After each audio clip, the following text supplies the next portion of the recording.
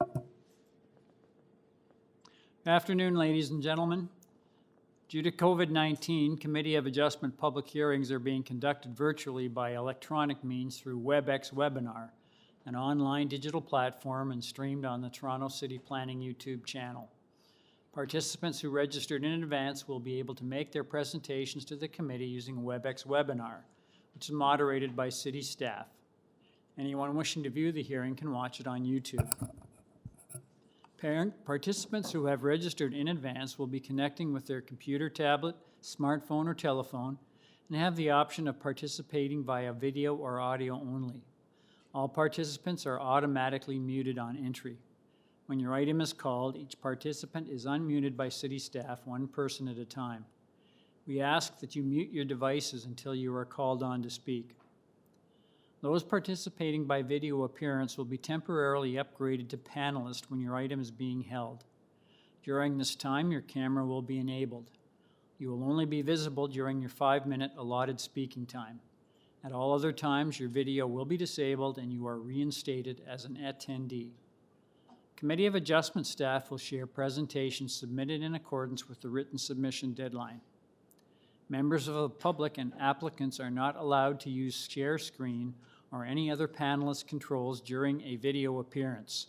City staff will remove you from the panelist role if you fail to respect this instruction.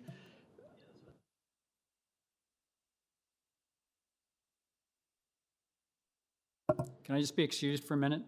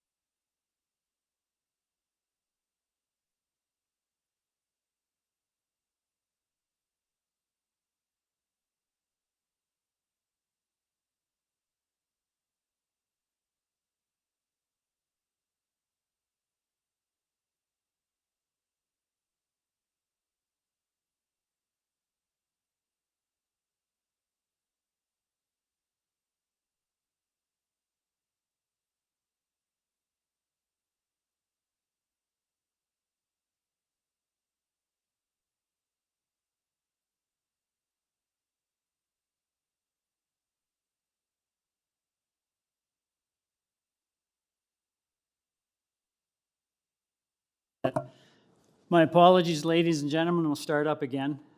Those participating by video appearance will be temporarily upgraded to panelist when your item is being held. During this time, your camera will be enabled. You will only be visible during your 5-minute allotted speaking time. At all other times, your video will be disabled and you are reinstated as an attendee.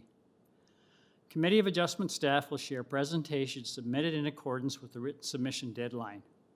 Members of the public and applicants are not allowed to use share screen or any other panelist controls during a video appearance. City staff will remove you from the panelist role if you fail to respect this instruction. For all those who are waiting online, please ensure that you have called in with the phone number that you originally registered with. If you call in with a different number, you will not be able to speak on that item. To ensure audio clarity, I suggest that you do not use the speakerphone function on your telephones. We acknowledge that the land we are meeting on is the traditional territory of many nations, including the Mississaugas of the Credit, the Anishinaabe, the Chippewa, the Haudenosaunee, and the Wendat peoples, and is now home to many diverse First Nations, Inuit, and Métis peoples. We also acknowledge that Toronto is covered by Treaty 13 with the Mississaugas of the Credit. In accordance with Sections 45 and 53 of the Planning Act 1990 as amended, this meeting of the Committee of Adjustment of the City of Toronto is called to order. My name is Alan Smithies, and I will chair today's meeting. Joining us on the panel today are Tom Klassen, Asif Khan, Paul Kidd, and Nadini Sankar Peralta.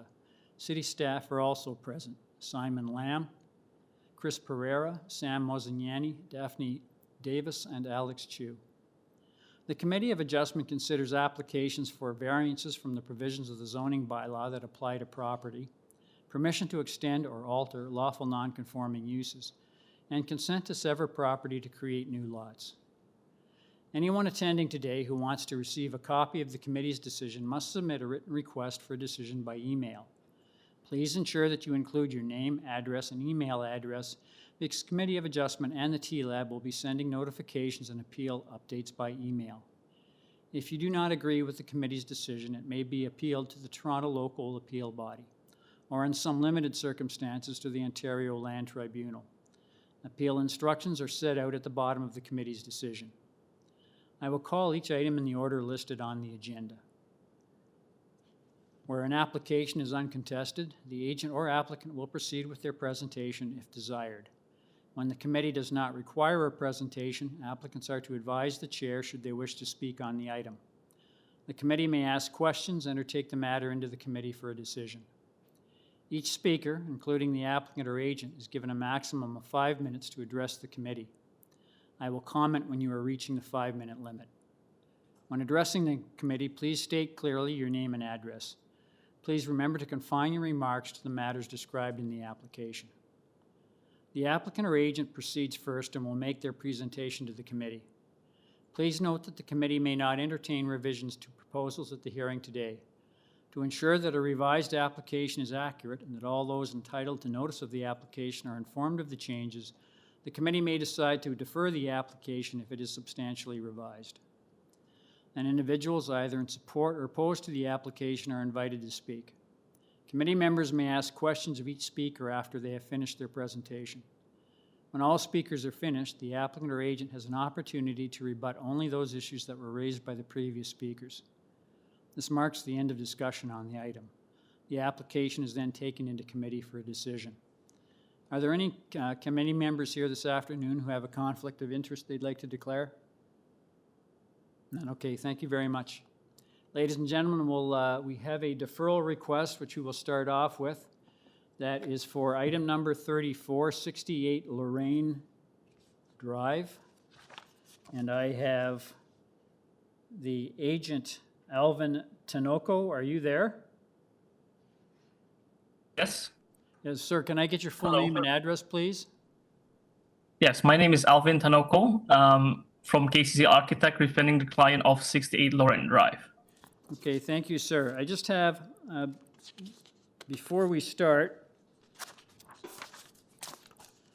I let you know that there were a number of reports on file with your application. There was a recommended condition from Urban Forestry.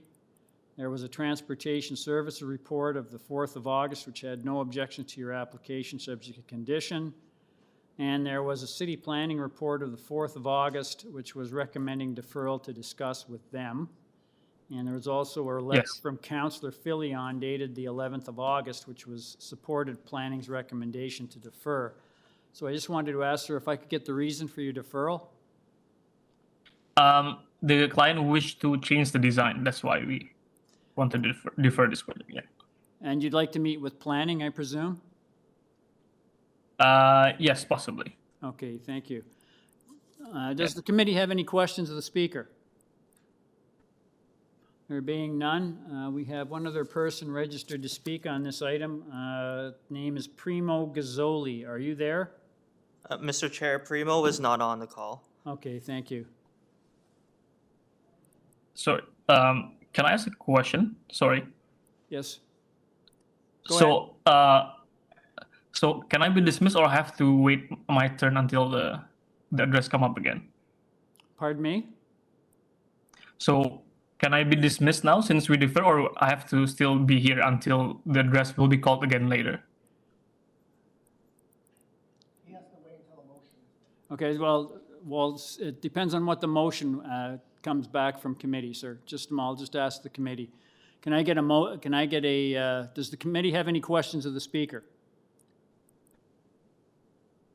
There being none, could I get a motion on this application? Mr. Kidd. Thank you, Mr. Chair. I'd like to put forward a motion to defer this application sine die to allow the applicant to meet with planning staff and revise their plan. Okay, thank you, Mr. Kidd. Someone to second that? Mr. Klassen seconds. All those in favor? That motion carries unanimously. Sir, your application's been deferred to the next available agenda so that you can meet with city planning and revise your application. Thank you so much for your time. Thank you. We'll go back to item number 1. Item number 19, pardon me.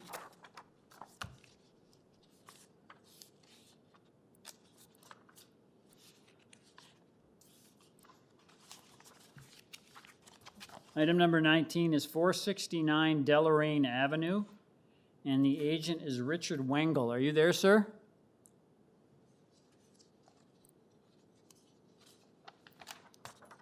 Richard Wengel, are you there, sir? Yes, Mr. Chair, can you hear me? Yes, I can hear you. Can I get your full name and address, please, sir? Yes, Richard Wengel, I'm the architect at 102 Avenue Road, Toronto.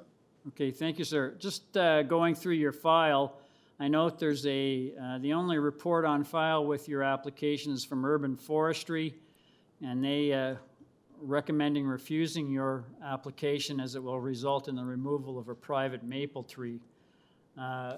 So if we have one other person registered to speak, sir, so if you'd like to give the committee a presentation on what you see as the merits of your proposal, also address the issue of the tree that's been described by Urban Forestry. Yes, Mr. Chair. So we have our presentation package that we could just bring up. And page 1 just shows, or page number 2 is the site plan that's in color. I don't know if you have the colored version or not. But what we are asking for is a few variances, one on some length and depth of dwelling, a slight coverage variance, and a main wall height. Thank you very much. Outlined in green is the existing home, and in black is the 2-story home that we're proposing with a 1-story breakfast room. We are asking for a variance just to exceed a bit of the depth length to a total of 20.55. We had not heard from planning. I don't think they have any issues, but we are willing, should this be approved, to still deal with Urban Forestry. I mean, there's a discrepancy between the report that we have from our arborist and their arborist, but again, should we be approved, we'll be able to work with them, and perhaps if we do have to modify foundations or design to preserve the tree or remove, we're happy to do so and continue conversations with them. If we can just go to page number 4 on our presentation. It just shows a map, a neighborhood map that just shows coverage, showing we're asking for 33.53 and well within the range of coverages that have been approved in this area by committee. Those are circled in red that are at or above. And page number 5 and 6 are just showing some lengths and depths of dwellings there's a couple that are comparable. Again, part of this is just for a portion of the second floor and a 1-story addition at the back. Page number 7 will just show a height diagram. We're asking for a little bit of wall height. Again, the house under the new bylaw conforms with the height. Under the old bylaw, it's considered a flat roof house, so there's a slight variance. In green is the allowable height at 10 meters. We're actually asking for proposed wall height, which is the red, at 8.13 meters, whereas 7.5 is permitted. So we're asking for a slight variance on that. And then on page number 8 is just a rendering of the building. It's more of a contemporary design. It's designed for a client that is wanting to age in this home, so we've kept it very low to the ground, so it's fully accessible for her for the future years with an elevator, garage at grade, etc. I feel it is minor, it does meet the 4 tests. I'm happy to answer questions. And as I said, planning has not had any discussions with us, so I'm assuming there are no issues from the planning department on this. Thank you. Thank you, Mr. Renko. I'll ask, does the committee have any questions of the speaker? Mr. Khan? Thank you, Mr. Chair. My question to Mr. Wengel is, how would you satisfy the forestry conditions that healthy trees are involved and they are objecting to it? Thank you. Through you, Mr. Chair. Again, our report indicates that the tree is in fair condition with the canopy on the west side mostly lopped off as well. The neighbor's house to the west of us has dug a big foundation porch within 2 feet of this tree. However, we have been discussing with our arborist ways where we can cantilever our structure over this, where we may not have to dig should they not agree that this tree could come down, and the same with the basement of the 1-story breakfast room could be done with a cantilevered foundation. So that's something we'll go into discussions with them should this be approved, and if the tree can be saved, then we will do that. If they say it absolutely can't come down, we'll have to come up with another solution or trim back somehow or shift our room a little more central to avoid it. So we're happy to work with them and continue discussions with them. Unfortunately, the comments just came out on the website 1.5 days ago. That's when we just found out. So we hadn't even heard from them or had seen any correspondence with urban forestry. It just literally came out a day ago. So it kind of took us a bit by surprise. But anyway, we have our arborists looking at it, and we're happy to continue discussions. Okay, thank you, sir. Does the committee have any further questions of the speaker? Mr. Kidd? Thank you, Mr. Chair. And Mr. Wengel, I'm looking at variance number 3. The proposed building length is 20.48 meters as opposed to the maximum allowable at 17 meters. Can you just tell us how you, I guess, how you feel this is a minor, Yes. minor difference? Yes, Mr. Chair, if we could just ask the staff to go to page number 2. And that's our colored site plan.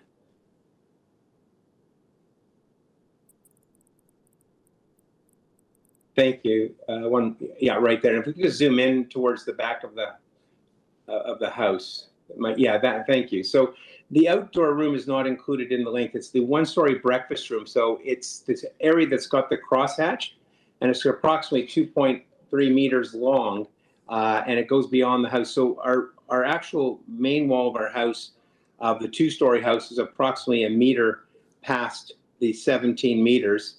And then we have approximately 2 meters, 2.5 meters for the 1-story breakfast room. Again, part of this is we're creating some accessibility within the house for our client, extra circulation space, elevators, things that contribute, as well as having an integral garage that has to be a bit longer, so we have access from it into the house, etc.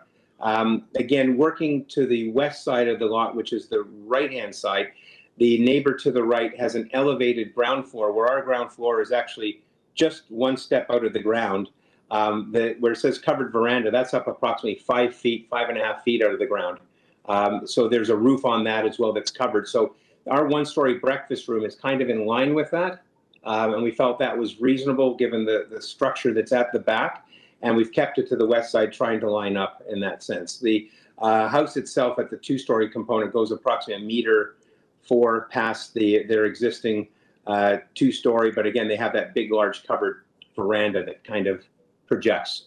Again, given the depth of the lot, it's about 47 meters. It's not unusual to have a little bit of latitude on some of the length, but we felt this extra space inside just helps our client create the like a long-term lease on this house where she can be there forever. Okay, thank you, sir. Thank you. Does the committee have any further questions of the speaker? Being none, I'll go to the next person on the speakers list. I have a Robert Russell Seon, S-E-O-N. Are you there? Hear me? Yes. Hello, sir. Can I get your full name and address? Yes, it's Robert Sion, and the address is 467 DELORAINE. Okay, sir, if you'd like to give us your thoughts on this application? Yes, I'd just like to comment on the fact that I have seen pictures of the proposed structure at 469 is 30 feet, roughly 10 meters beyond the back of my house. And I feel that that would interfere with what we would view from the backyard if we are out enjoying it. And I feel that some reduction in length would be appropriate. Okay, thank you, sir. Does the committee have any questions of the speaker? Being none, I'll go back to Mr. Wengel. Mr. Wengel, are you there? Chair, thank you. Yes, sir. You heard the So- comment from the previous speaker. If you'd like to reply to that, please. Yes, thank you, Mr. Chair. So if we go back to our site plan on page number 2, again, the neighbor at 467 would be on the left-hand side of this plan. And we can just zoom in at the very back. So I understand, there's an existing older home, and again, the area is under transition. What we're building is comparable to other homes. The delta for the extra length and depth is purposely kept on the west side, which is the right-hand side. The extra depth of the house itself is approximately 1.2 meters just at the very corner where you can see it says 4'1" or 1.24 meters at the end of the red line. So that's just the extra space that we're asking for on that length. Again, we're happy to work with landscaping along our side to help shield it or soften the impact. But again, the red line is the as of right line that we're allowed to build to, and we're just asking permission to that extra 1 meter. Excuse me. Okay, thank you, sir. Does the committee have any further questions of the speaker?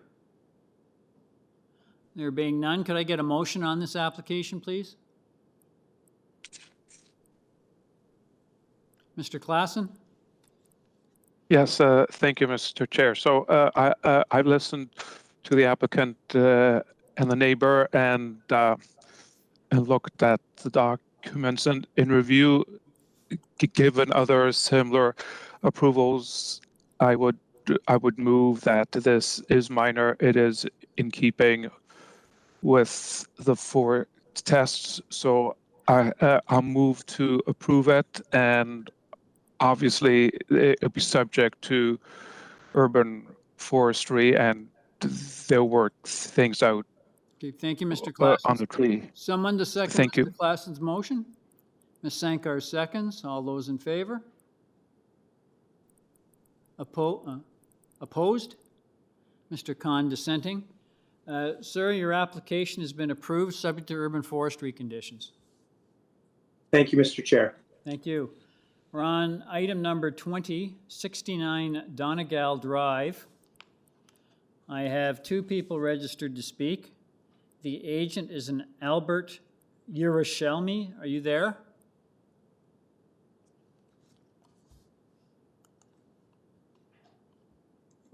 Albert Yerushalmi. Okay. Yes. Hello? Can you hear me? Yes, I can hear you, sir. Yes, can you hear me?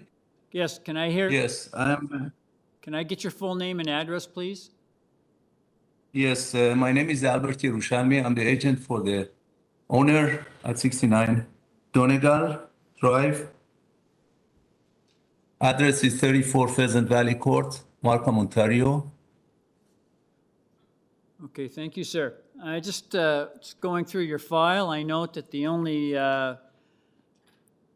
staff comments we have are from urban forestry, which has a recommended condition. We do have one other Yes. person registered to speak, so if you'd like to, I know that you have only the one variance before us for lot coverage, so if you'd like to give us a brief presentation on what you see as the merits of your proposal. Yes, sir. The application is about a rear garage that was existing in the past, but we have to remove it because the house got extended by a few meters. Now we have to push the garage to the back of the property, and it's a 11 by 21 feet, which puts us about 2.5% above the allowed coverage. I think it's minor, and it just comes in lieu of the one that was removed a few months back. I'm happy to answer any questions. Okay, thank you, sir. Does the committee have any questions of the speaker? Mr. Khan? Thank you, Mr. Chair. My question to the applicant is, how much is the side setback from the property line? It's about 1 feet from the side and from the back. Sir, you minimum required is 18 inches or 1.5 feet, but 1 foot is not enough. Well, that's what the examiner determined. Like, I mean, we could move it if the bylaw requires, but I just received one variance, which is the coverage. Sir, you have to comply the zoning bylaws. Absolutely, but I didn't get any variance on that from the examiners. So you want to move to 18 inches or what? Yeah, there's just the one variance, Mr. Khan, for lot coverage. Okay, thank you. Okay. Thank you. Does the committee have any further questions of the speaker?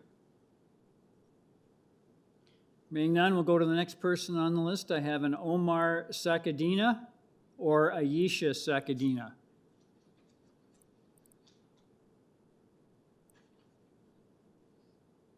Ayesha, you're unmuted. Hello? Oh, hi, hello. Yes. Thank you. I have no comments. Albert is the representative. Can you give us your full name and address, please?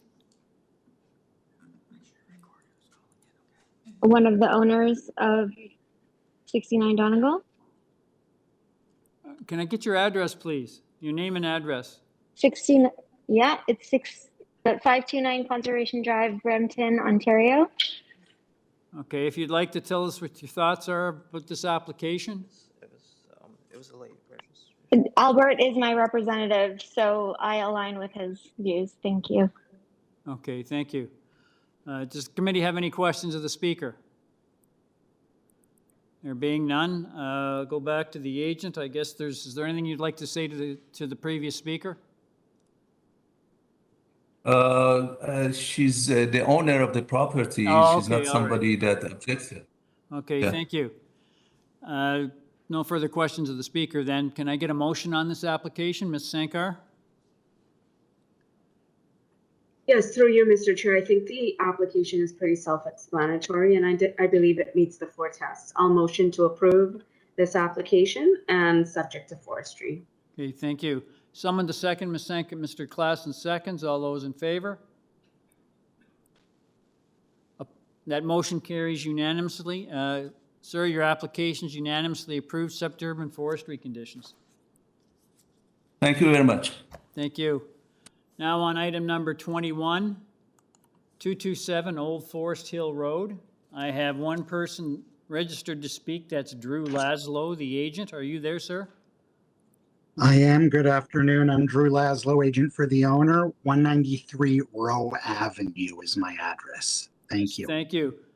Sir, I'm just going through your file here. I note that there's a recommended condition from Urban Forestry. There's also a report from City Planning dated the 26th of July, which has no objections to your application subject to a condition. So I would say what you're asking for is pretty clear on the variance list that we have here. I'll just ask, is there anything you'd like to tell the committee, sir, that isn't contained in the material we have before us this afternoon? Yes, just briefly, if I could speak about variance number 5, the FSI Forest Space Index. We're proposing 85% or 0.85, where 60% or 0.6 is required. As mentioned in the planning staff report, it is in keeping with the neighborhood and other variances that have been granted in the past. And one thing the committee, I just want to bring to the committee's attention is 6% of that is the garage. And unfortunately, there's some kind of inconsistencies between zoning examiners where some will include the garage in GFA or portions of the garage in GFA. Others will exclude it entirely. The zoning examiner that was assigned to this file is including approximately 250 square feet of the garage in the gross floor area calculation. So kind of as far as I see it, we're only at 0.79. As far as the zoning examiner sees that, the proposed house, it's at 0.85. Thank you. Okay, thank you, sir. Does the committee have any questions of the speaker? There being none, could I get a motion on this application, please? Ms. Sankar? Yeah, through you, Mr. Chair, I think this application sits well with me. I believe that the staff report does end up giving a good synopsis of the character of the neighborhood. And there is letters of support for this application as well. So I'm putting forward a motion to approve it. And I will make it subject to forestry and subject to the July 26th, 2022 staff report. And that their condition includes that the property be developed substantially in accordance with the site plan and east and west elevation drawings submitted to the committee. Thank you. Thank you, Ms. Sankar. Someone to second that? Mr. Klassen seconds. All those in favor? Opposed? Mr. Khan dissenting. Mr. Laszlo, your application's been approved, subject to urban forestry and city planning conditions. Thank you very much. Thank you, sir. We're on item number 22, 270 Glengrove Avenue West.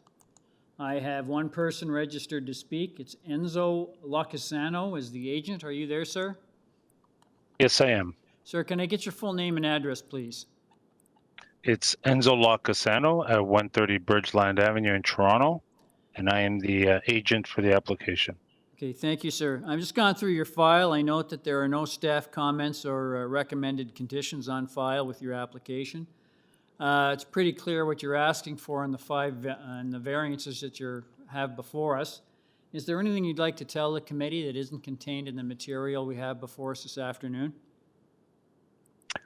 Just a quick note that actually this renovation is very modest, and like so many others in the area where the structures are being torn down, we've been able to preserve this existing house and been able to make it work within the bylaw with very minimal impact.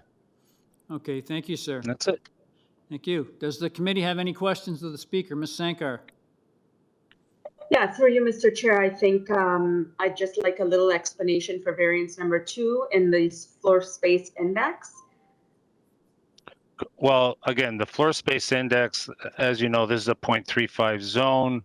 The floor space index that we're requesting is well under what this area has been going through recently, as high as 0.84.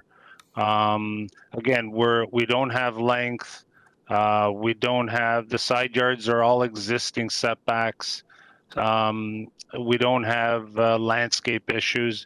So the floor space index is really to make the house more livable for a family of 4. Okay, thank you. Does the committee have any further questions of the speaker? Mr. Khan? Thank you, Mr. Chair.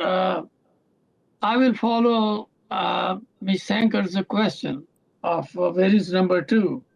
Sir, there is an understanding certain things are a little bit more and they fall within tolerance and one can understand. But 50% more, your FSI, is not a minor variance. How can I compromise? Mr. Khan, with all due respect, the 0.35 zone was put in place as to control certain development in the area. And as well as you know, the majority of developments in this area far exceed, and you can't be looking at the number itself. It's more the volume of space and how it fits in within the community of the rest of the buildings in the area. This is well within both neighbors on both sides have the same similar volumes. So it's just because the number is high doesn't mean that it's a major variance. It is still a minor variance. As you can see there, the property on the left-hand side is actually larger than our property, and it's a replica of our existing houses. So they're a mirror image of each other. So as you can see, the volume of space is still well within the character of the area, even though it is a 0.70 zone. If this was in a 0.6 zone, which is the majority of Toronto, this would be well within. But in this area here, the majority of houses are being torn down and are being built at to 0.84, 0.85. So, you know, I must disagree with you with regards to just because it is a 50% increase in the GFA, it's purely a number, as it does not affect the character of the area. Okay, thank you, sir. Does the committee have any further questions of the speaker? There being none, could I get a motion on this application, please? Ms. Sankar? Yeah, through you, Mr. Chair, I do accept the explanations provided by the agent here today. And as such, I'm going to put through a motion to approve this application and as is. Thank you. Thank you. Someone to second Ms. Sankar's motion? Mr. Kidd seconds. All those in favor? That motion carries unanimously. Sir, your application's been unanimously approved without condition. Thank you, sir. Thank you very much. Have a great afternoon. You too. Item number 23, 191 Domsview Avenue. I have one person registered to speak. That's Tony Enriquez. That he is the agent. Are you there, sir? Yes, I am. Yes, thank you, sir. Could I get your full name and address, please? Yes, my name is Tony Henriquez, 543 Concord Avenue, Toronto, Ontario, and I'm the agent for this application. Okay, thank you, sir. I've just gone through your file. I note the only conditions, recommended conditions from staff are from urban forestry. There are no other persons registered to speak. It's pretty clear what you're asking for and the variances that we have before us this afternoon. Is there anything you'd like to tell the committee that isn't contained in the material we have before us today? No. Okay, thank you. Does the committee have any questions of the speaker? There being none, could I get a motion on this application, please? Mr. Khan? Thank you, Mr. Chair. I find it's a minor variance and the application be approved with forestry conditions. Thank you, Mr. Khan. Someone to second that? Ms. Sankar seconds. All those in favor? That motion carries unanimously. Sir, your application's been unanimously approved, subject to urban forestry conditions. Thank you. Thank you. We're now on item number 24, 72 Palm Drive. I have two people registered to speak. The agent is a Peter Latosik. Are you there? I am, Mr. Chairman. Yes, thank you, sir. Could I get your full name and address, please? My name is Peter Latoshak of the Tag Studio. I'm the agent for this application, and my address is 4700 Lloydtown, Aurora Road, King, Ontario. Okay, thank you, sir. Just going through your application, I note there's a report from City Planning dated the 4th of August, which recommends refusing the variance number 6 for the proposed number of secondary suites. I just wanted to ask, sir, have you had the opportunity to review that report? I have. I communicated with planning staff before they wrote that report, and I was made aware of that. Plus, I've had previous experiences with this particular request, so it's to be expected. But if you don't mind, I'd like to plead my case in front of you anyway regarding that variance. Yeah, you'd like the application to proceed then? Yes. Okay, thank you. If you could, we have one other person registered to speak, sir. If you'd like to give us your presentation on what you see as the merits of your proposal and keep it in the context of City Planning's comments. Sure. So, Mr. Chair, variance number 6 is basically regarding having 2 secondary suites where only one is required currently in the zoning. Essentially, there's there's no precedent that I guess I can offer you, and there's no sort of blueprint for it yet in the official plan or the zoning bylaw. I think it's a process of being evaluated essentially for how to increase density gently in the neighborhoods. So the only thing I can offer you in this case is that this is essentially something that's being proposed in a legal fashion, meaning a lot of people do these things kind of under the radar. This is being proposed through, the proper legal channels. It is something that in the very near future will be implemented into the official plan and the zoning bylaw, very likely. From the perspective of sort of logic and practicality, if I can try to give you an example of if I were to design this as a 3 or 4 bedroom unit in the basement, I would be well within the right, according to the zoning bylaw, which allows 1 secondary suite. I don't really see how that would have less of an impact on the neighborhood versus a 2 unit or two secondary suites, one being a 1 bedroom being proposed and the other one being a 2 bedroom being proposed. I find that to be a lot more reasonable in terms of renting out, as it would probably be difficult to find someone that would want to rent a 3 bedroom or a 4 bedroom basement apartment. Beyond that, I would also offer you another argument, one where in recent times we've seen garden suites being approved, which are a form of a secondary suite. So in my opinion, 2 secondary suites in the basement provide for a much more gentle intensification of residential dwelling units in neighborhoods, as opposed to building a garden suite, in the backyard, which would have an impact on things like landscaping area, for example. So that's really kind of my argument for it. When I consider it, and I consider the need for having additional residential units being provided, I think this is gentle, in my opinion, a form of gentle intensification of neighborhoods. And on the last note, I would say we have 11 support letters, no objections as far as I'm aware.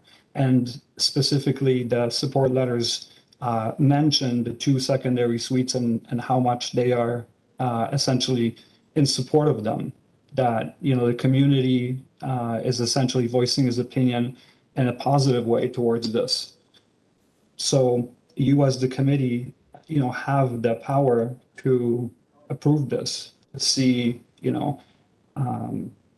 hopefully where things are leading to in the very near future in the official plan. And I'll leave it at that, Mr. Chairman. Okay, thank you, sir. Does the committee have any questions of the speaker? Ms. Sankar? Yeah, through you, Mr. Chair, I do want to ask about the character of this neighborhood. Can you talk about secondary suites within this area? And I do know that, council is actually looking at making some decisions around this, and you're probably caught in the cusp of that decision making. But if you could offer a little bit more about what the character of that neighborhood looks like in terms of secondary suites, that might help us a bit. So through you, Mr. Chair, to the member, basically I don't have any hard data for you in terms of how many secondary suites are currently in existence in this location, but I can tell you this, the neighborhood is very much the sort of near area near us is very much kind of original raised bungalows. So the house that we're proposing to do this to is not a new build. It's a sort of a major renovation, I guess you would call it. And we are very much working within the footprint of this house, which is very similar to most of the houses around it. And they all have side entrances, from what I said, or a majority of them do. Just like ours did. We just proposed to switch ours to the other side where it made more sense for the design. So knowing as an architect, when a house has a side entrance, especially bungalows, it's very common to see people turning their basements into rental units. So that, along with the fact that we do have a good amount of support from the neighborhood for this, I think is a justification to say that they are for this kind of a development, that they see it as a positive attribute in this community. Okay, thank you, sir. Does the committee have any further questions of the speaker? Mr. Chu, we had Aaron Feudham down, who appears to be the owner. Does he want to speak? Mr. Chair, Aaron is not on the call. Okay, thank you. We'll go to the next person on the list. I have an Esther Wine. Are you there, madam? Terry, you're on. Yes, hello? Yeah, sorry, Esther Terry, same person. Yes, hello. Can I get your full name and address, please? Yes. Hello, madam? Yes, I'm very happy with the plans as I see. Before you start, can I get your full name and address, please? Yes, I'm sorry, I thought I did that. It's Esther Wine, or Terry Wine is my nickname, and I'm at 74 Palm Drive, next door to 72. Okay, thank you. The only objection that I have, and it's a soft objection, I'm happy for them to be putting a second story and making a beautiful home for their family. The only concern I have is that the second story, which will be a new build up, is going to completely block all the light into my kitchen. And my kitchen is the only major windows on the east side of my home. This will block all the light. There's even a bow window to try and maximize at present with the one story next door. The light comes in from the top. If there's a second story, I fear that the light will completely be missing from my kitchen. And this is a concern. So I don't know how to solve this. I was wondering if setting back the second story to whatever the setback limit should be could make a difference. I don't really know. I certainly don't want to stop them building the second floor, but I would like some attention paid to the fact that it's going to block all the sunlight on that entire side of my house and my kitchen. Okay, thank you. Does the committee have any questions of the speaker? There being none, we'll go back to Mr. Latosik. Are you there, sir? Yes, I am, Mr. Chair. Yes, you heard the comments. Basically, you heard the comments from Ms. Wine. If you'd like to respond to them, please. Yes, so I think the concern here is related to the minor variance which we have for the side yard setback, where in North York it's very common to see these. I think it's 1.5 meter side yard setback requirement, where we're working with an existing home which is set back, I think, around 1.2 meters from the side property lines. And I think North York has this way of requesting 1.5 meters for the second floor, which would mean that the second floor would have to be stepped in and not aligned with the walls below. This is a complicated matter structurally, I would say, more than anything. It could be done, but the honest truth is, Mr. Chairman, I've done quite a few of these in North York, and I've researched the precedents, and I see this variance come up all the time, where this 1.5 meters is basically a minor variance request because the existing house footprint is set back the 1.2 or something in that range. So from that point of view, it's difficult for me to try to push redesigning the house on my client to meet that 1.5 meter setback. We're talking about basically a foot here or so. And it's a real complicated task to carry out in terms of, structurally designing it. It doesn't seem, like, I don't want to diminish Ms. Wine's concerns, but I don't really see the impact being as great as she seems to think it's going to be on, on her, the enjoyment of her property or maybe some shadow impact. As far as height is concerned, we are meeting the zoning bylaw, at least the citywide one. I'm reluctant to, to basically, go to my client and try to say that this is something that I think isn't minor. I think it's a minor request. Okay, thank you, sir. I mean, it's a minor variance, like.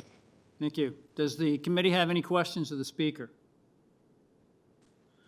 There being none, could I get a motion on this application? But just before you make a motion, please note that there is a recommended condition from city planning, but it is not described in the recommendation section of their report. It's in the body and it's in the comments section of their report on the 3rd page of the second last sentence of the 2nd paragraph, which says that to ensure that the 3rd story remain technical in nature, staff recommends that the proposal be developed substantially in accordance with the front elevation drawing submitted to the Committee of Adjustment attached as Attachment 1 to this report. So if you do happen to make a motion in favor of this application, we should consider attaching this condition from city planning. So if I could get a motion on this application, please. Ms. Sankar? Yeah, through you, Mr. Chair. I mean, I listened to the explanations of the agent and seeing some of the letters and debutants talking to their support. I do feel that overall it's a well thought out application. In terms of the secondary suite, I know that city planning has indicated against it, but I do believe that it does meet the character of this neighborhood and that they are really close to making this a general wide decision. So for that reason, I'm going to put forward a motion to approve this application, and I'll make it subject to the staff report that this item be tied to. I'm forgetting what you may have said, Mr. Chair, because I don't see that in front of me, but it's tied to a specific site plan drawing. That's correct. Right. That's my motion. Thank you. Thank you. I have a motion from Ms. Sankar to approve the application subject to city planning's recommendation that the proposal be developed substantially in accordance with the front elevation drawing submitted to the Committee of Adjustment attached as Attachment 1 to their report. So if I could get someone to second that motion?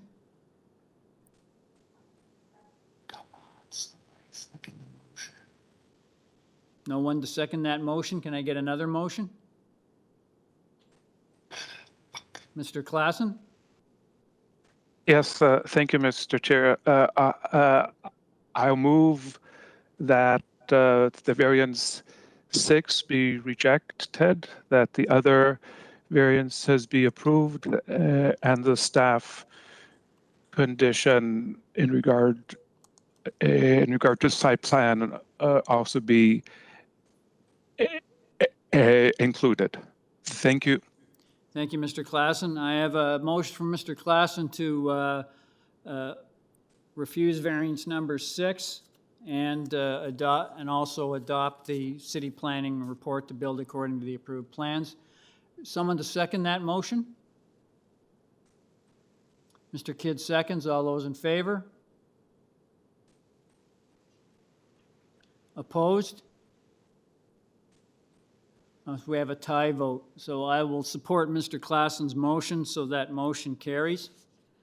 Sir, your application has been, variance number 6 has been refused, but there's also, the other variances have been approved subject to city planning condition that this revised application be developed substantially in accordance with the front elevation drawing submitted to the Committee of Adjustment attached as attachment 1 to their report. Okay, thank you, sir. Thank you. We're on item number 25.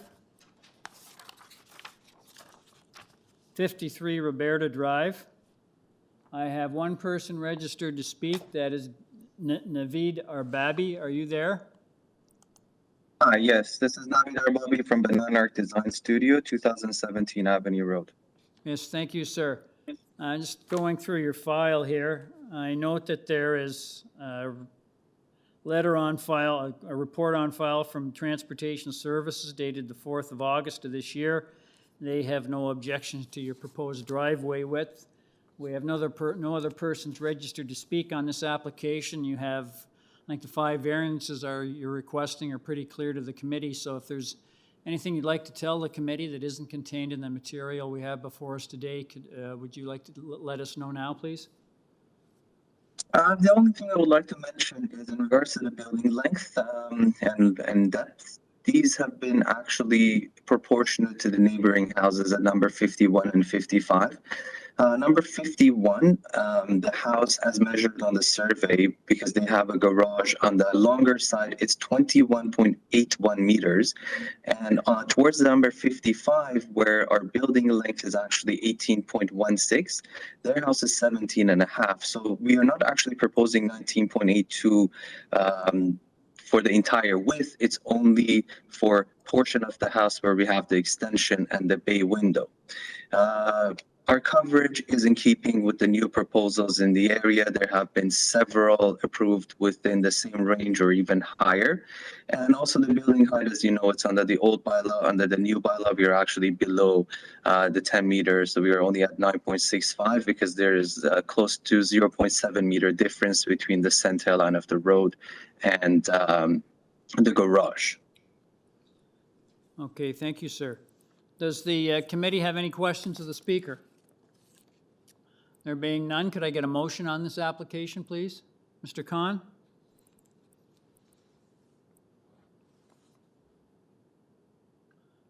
Mr. Khan, we can't hear you. Thank you, sir. Although there is no recommendation from the staff for this application, but I find it is minor, so the application be approved. Thank you, Mr. Khan. Someone to second that motion? Mr. Klassen seconds. All those in favor? That motion carries unanimously. Sir, your application has been unanimously approved without condition. Thank you, sir. Thank you. Thank you. We're now on item number 26, 442 Roehampton Avenue. I have 2 people registered to speak. Chairman, members of the committee, my name is Sava Mijokovic, the owner's agent for the requested minor variances. I'm sorry, what was that? I'm sorry? My name is Sava Mijokovic. I'm the owner's agent for the variances requested. Oh, 442 Roehampton Avenue. I'm sorry. Can I get your full name and address, please? Yeah, Sava Mijokovic is my full name. Address is 1174 Weston Road, Toronto, Ontario. Okay, thank you, sir. I've just gone through your file. I note that there are no comments or recommended conditions from staff. No persons registered to speak except the applicant. Sir, you have 2 variances before us, one for the FSI and the other for the proposed building depth. It's pretty clear what you're asking for. I just had one question, though, is you're proposing a floor space index of 1.04 and 0.6 times the lot area is the what's governed by the bylaw. What's your justification for the floor space index increase? Yeah, well, there's a few things to note here. First of all, because of the established grade elevation being where it is, and the house having a reverse driveway into the garage, the basement area is actually included in the floor space index. So if you can flip over to the front elevation for reference.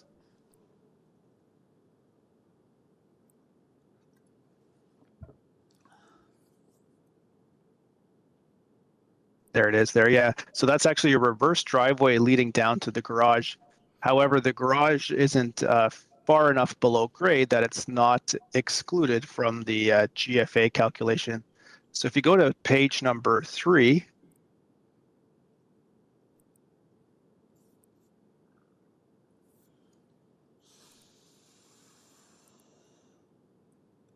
the third page of the drawing set. Yeah. Next page, please. Yeah, that one there. So that's basically showing that the basement area is included in the floor space index, which is why it's so much higher. Okay. Do you know? The other, yeah. Sorry, go ahead. Yeah, I'm sorry, sir. I have a few other points on the FSI I could speak to as well. Sure, please go ahead. Yeah. So the other thing to note too is that the addition is being limited to the second and third story. So if you go to the site plan, if you don't mind.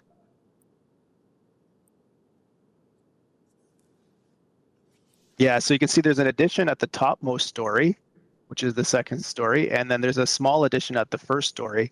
So if you go to the floor plans a few pages later, I just want to describe that a little bit more clearly as well.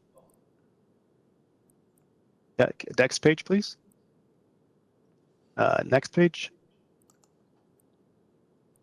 Next page, next page, next page. Yeah, this one here. So, oh, sorry, no, previous page. If you go to the first floor plan, please.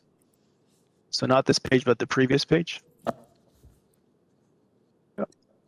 There you go. So you can see there, if you zoom in towards the back, all that we're adding is a small addition at the back of the house to enlarge the kitchen. And then on the story above, if you go to the next page,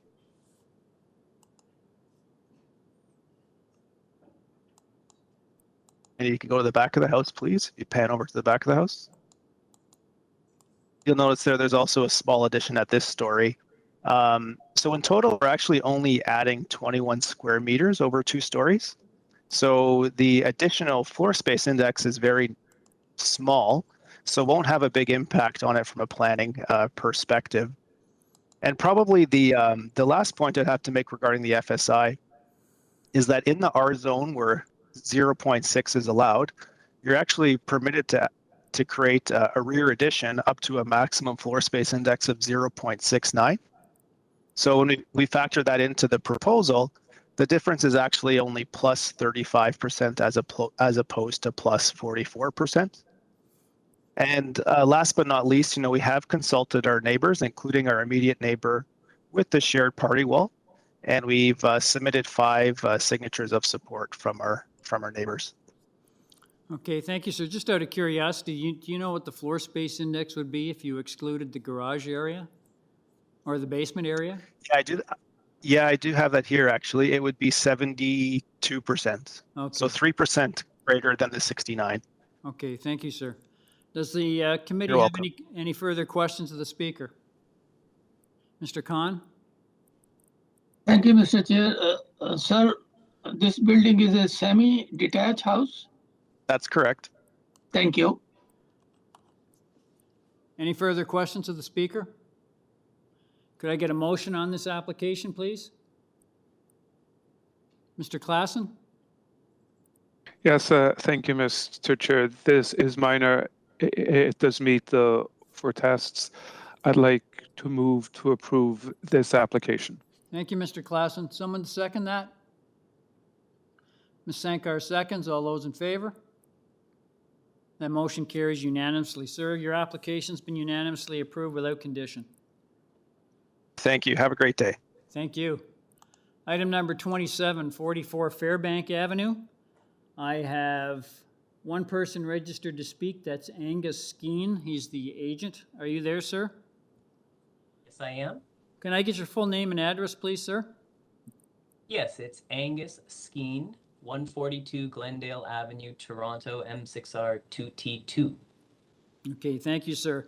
I note that there are no staff comments or recommended conditions on file with your application. You have 2 variances before us. It's very clear what you're asking for in your application. Is there anything you'd like to tell the committee that isn't contained in the material we have before us today? No, I just would underscore something that if you look at the two variances, they're both related to secondary suites and their internal matters inside the house. So there are no staff reports, no neighbors, because there's actually no manipulation of anything outside the house whatsoever to make these two variances possible. Okay, thank you, sir. Does the committee have any questions of the speaker? There being none, could I get a motion on this application, please? Ms. Sankar? Yes, through you, Mr. Chair. I mean, in looking at this application and in keeping with my previous decisions on today, I do believe that it's acceptable. And with no other reports or anything else that would dissuade me from that, I'll motion to approve this application as is. Thank you, Ms. Sankar. Someone to second that? Mr. Kidd seconds. All those in favor? Opposed? Mr. Klassen and Mr. Khan dissenting. I will support Ms. Sankar's motion, so that motion carries. Sir, your application's been approved without condition. Thank you, sir. Thank you. Item number 28, 54 YORKMINSTER Road.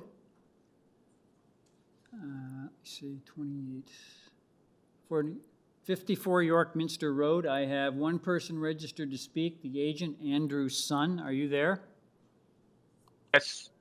Yes, hello, sir. I have, just going through your file, I noticed that there's one report on file from city staff. It's from Transportation Services. It's dated the 4th of August of this year.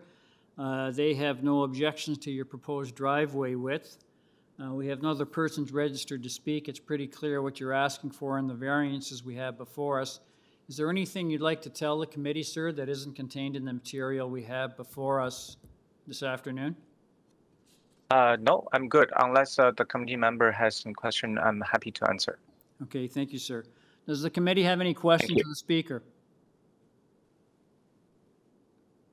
There being none, could I get a motion on this application, please? Mr. Khan? Thank you, Mr. Chair. I find this application straightforward, minor, therefore this application be approved. Thank you, sir. Someone to second Mr. Khan's motion. Mr. Klassen second. All those in favor? That motion. Excuse me, Mr. Subject to transportation? Yeah. Pardon me. The Transportation Services report had no objections, and there were no conditions attached to it. So let's just do that motion again. I had a motion for Mr. Khan to approve the application. I think Mr. Klassen seconded that. All those in favor? Sorry, Mr. Chair, it does have a condition where it says add a notation on the site plan drawing stating that all portions Hang on, of existing site. just a second. Let me make sure here. Yeah, so I mean, they approve it. They have no objections, but they did have one comment that seems to be. Oh, I'm sorry. Yes, I'm sorry. You are correct, Ms. Sankar. It was the standard condition about putting in the add a notation on the site plan drawing stating that all portions of existing site access driveways that are no longer required must be closed and restored with soft landscaping and full concrete curbs to the satisfaction of Transportation Services. Thank you very much for bringing that up. Thank you. So, Mr. Khan, we just have that. Did you want to revise your motion to make it subject to Transportation Services? That's right, sir. That's right. Okay, thank you. So we have a motion from Mr. Khan to approve the application subject to Transportation Services. And Mr. Klassen seconds. All those in favor? That motion carries unanimously. Thank you very much, Sankar, for that, Ms. Sankar, for that. We have, sir, your application's been approved subject to Transportation Services. Thank you, Mr. Chairman and committee members. Thank you. Item number 29. And number 29, which is 4 Rolf Road. I have one person registered to speak.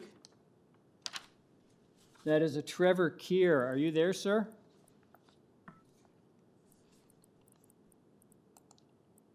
Trevor Keir, are you there? Yes, I'm here. Yes, I am here. My name's Trevor Keir from 510 Jarvis. I'm the applicant for Rolf Road. Okay, thank you, sir. Just going through your file, I note that there are no staff comments or recommended conditions on file with your application. You have 2 variances before us, both for one relating to side lot line and side yard setbacks. Pretty clear what you're asking for, sir. Is there anything that you'd like to tell the committee that isn't contained in the material we have before us this afternoon?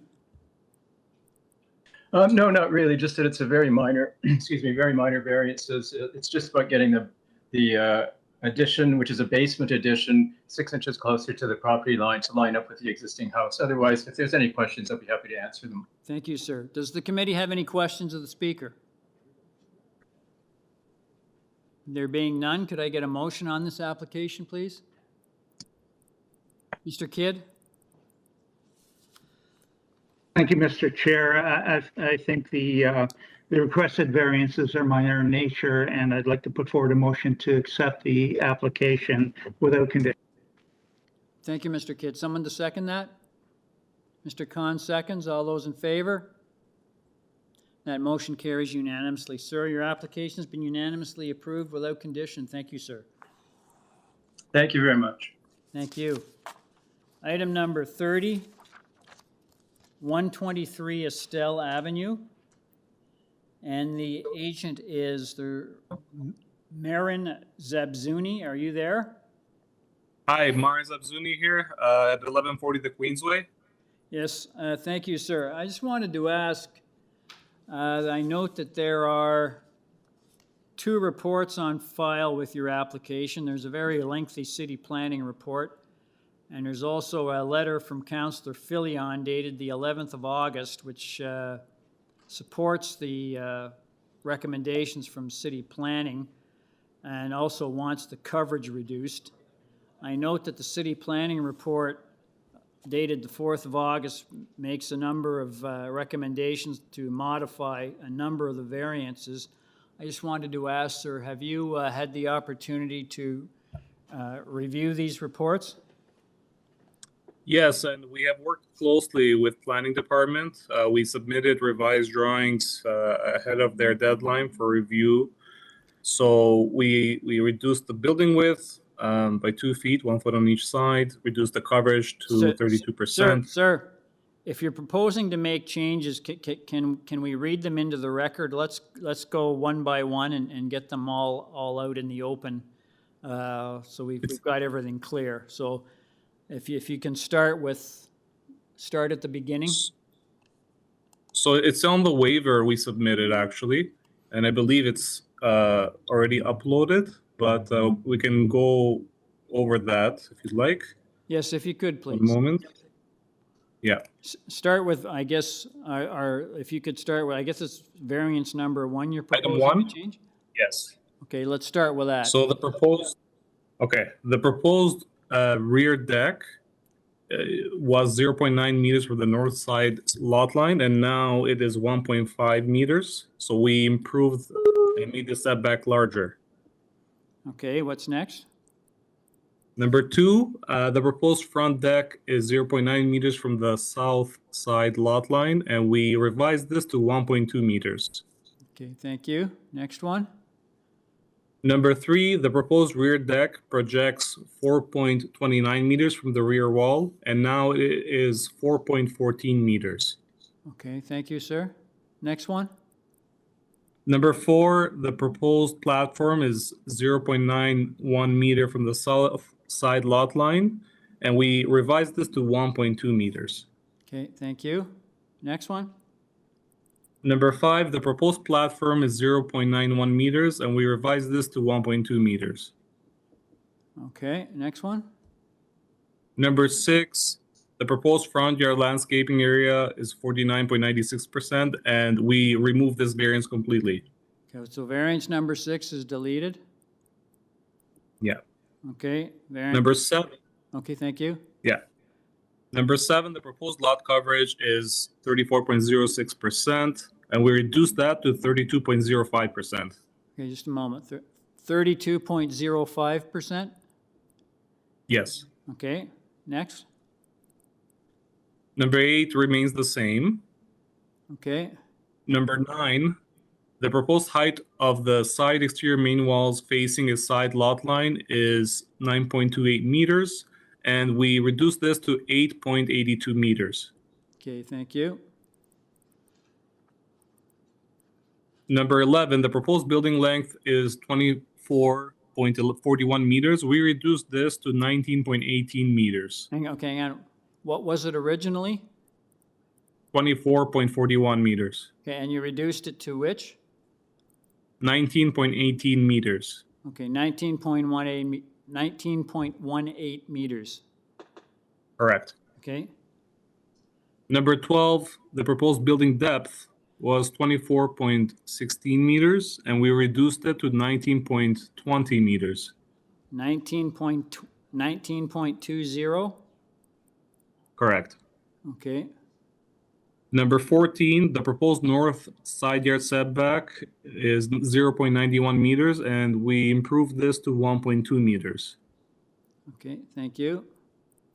Lastly, number 15, the proposed south side yard setback is 0.91 meters, and we improved this to 1.2 meters. So that's all the changes, half of them being almost about the rear deck setbacks. But we provided supporting material as well to show other homes, existing builds, and approvals that are within the same variances that have been passed in the neighborhood. Okay, thank you, sir. I'm just going to ask, does the committee have any questions of the speaker? Is there anything else you'd like to add in addition to these changes that you've identified this afternoon?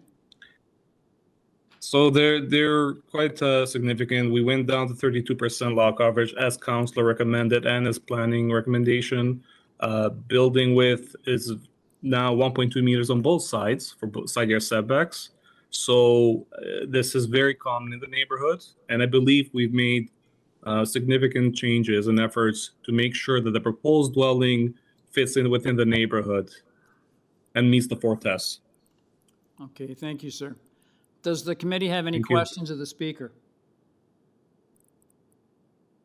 Okay, there being none, I'll just run through these changes and make sure we've got them into the record correctly. Variance number 1, the proposed rear deck is 0.91 meters from the north side lot line. That 0.91 meters has been increased to 1.50 meters. Variance number 2, the proposed front deck is 0.91 meters from the south side lot line. That has been increased from 0.91 to 1.20.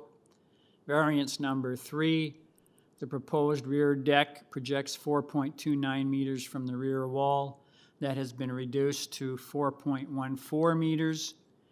Variance number 4, the proposed platform is 0.91 meters from the south side lot line than the required setback. That has been increased to 1.20 meters. Item number 5, the proposed platform is 0.91 meters from the south side lot line, and the required setback has been increased to 1.20 meters.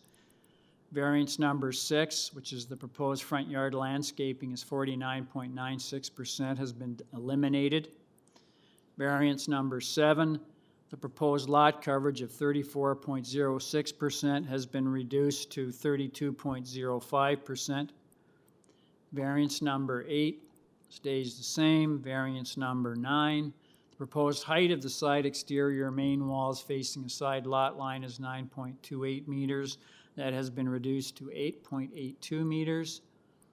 Variance number 11, the proposed height of the first floor above established grade is 1.27 meter, variance number 11, variance number 11. The proposed building length is 24.41 meters. That has been reduced to 19.18 meters. Variance number 12, the proposed building depth is 24.16 meters, has been reduced to 19.20 meters. Variance number 14, the proposed north side yard setback is 0.91 meters, has been increased to 1.2 meters. And variance number 15, The proposed south side yard setback is 0.91 meters has been increased to 1.20 meters. So that's the changes we've got. If I could get I'll just ask one more time, does the committee have any questions of the speaker?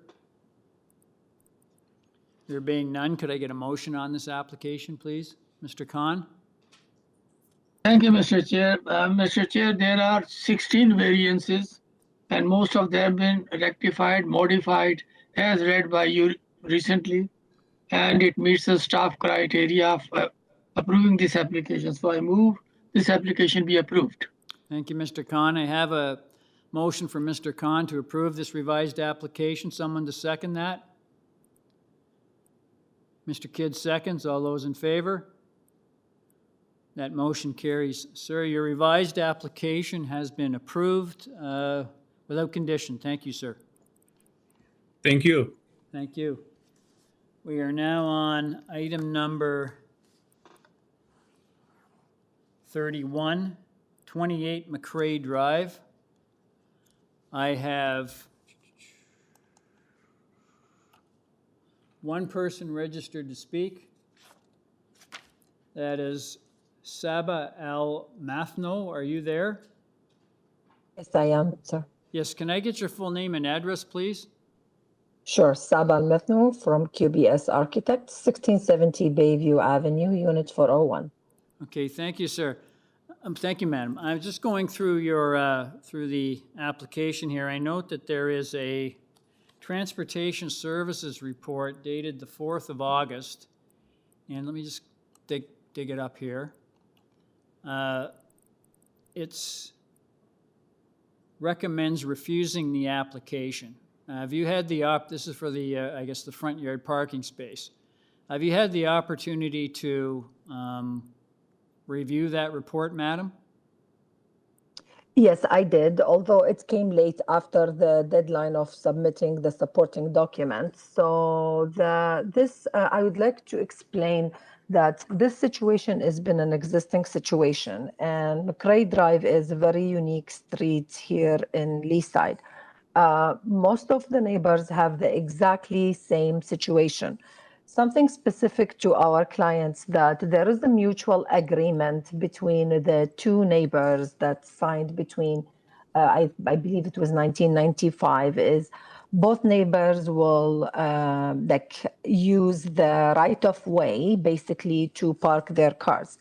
And when I spoke even with the planning department, she called me and she said, I have no objection to your application because I drove myself and I see this situation is very unique to this street. So we have no objection. I'm not even gonna write a report.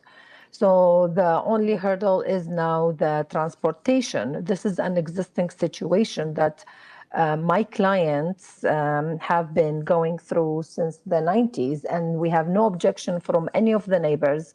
There is no objection from the Leaside Ratepayers Association as well. Okay, thank you, madam. Can I ask, it's not clear from your plan, is the driveway that is between number 26, pardon me, between Correct, 26 and between 28. 26, is it a recognized mutual right of way? Correct, it is. Okay, yeah, I see it here. Okay, thank you. I'll just ask, does the committee have does the committee have any questions of the speaker? Mr. Kidd? Thank you, Mr. Chair. Madam, I'm just kind of wonder why, if there's in fact a mutual driveway down to the back of your property, technically you have a parking spot in the rear yard. Why are you asking for a variance to have 0 parking spaces? You in fact have one in the backyard. Correct. So because there was a mutual agreement between the two neighbors, they decided to put the gate into this right of way. So both of them can use that backyard.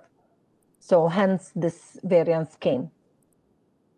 So if I could clarify, Madam, is it correct that, that both parties, 26 and 28, that they've fenced off the right-of-way so you can't get into the rear yard, is that correct? Correct, a portion of it, which is clearly shown on the survey. Yeah, but there's a fence there, It so shows there is you a actually, gate. you actually Correct. you can't park in the rear yard. Correct.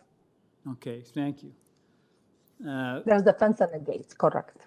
And there's that, and if I'm correct from my site visit, there's actually a kind of a driveway widening on either side of that mutual right-of-way, correct? So that they actually park in the front anyway. Is that Correct. correct? That's correct. And the situation has been there since 1995, I believe. Okay, thank you. Does the committee have any questions of the speaker? Mr. Khan? Thank you, Mr. Chair. I would ask the lady, does it require a parking permit in case they have to park in the front? Unfortunately, there is no parking permit or front or street parking for this specific street. Thank you. Okay, thank you. Does the committee have any further questions of the speaker? Could I get a motion on this application, please? Mr. Klassen? Yes, thank you, Mr. Chair. After listening to the explanation from the applicant, it is clear what is happening, and I'll move to approve the application as it is minor and is in keeping with the 4 tests. Thank you, Mr. Klassen. Someone to second that motion? Ms. Sankar seconds. All those in favor? That motion carries unanimously. Madam, your application has been unanimously approved without condition. Thank you. Thank you so much. Thank you. Okay. Ladies and gentlemen, we'll take a 10-minute break.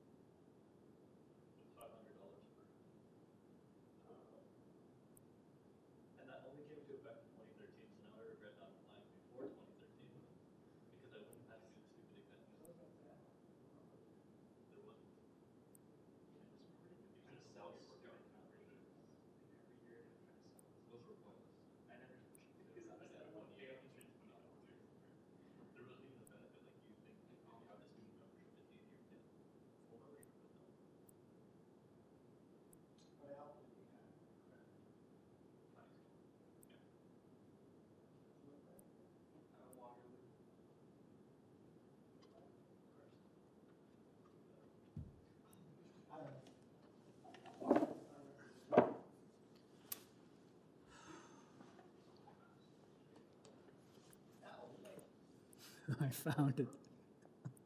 When I was washing my hands before I came back, I left my ring up in the washroom. Well, yeah, so I had to run up and fortunately, it was still there. So it wasn't this one? No, it was when I came back from lunch, yeah. I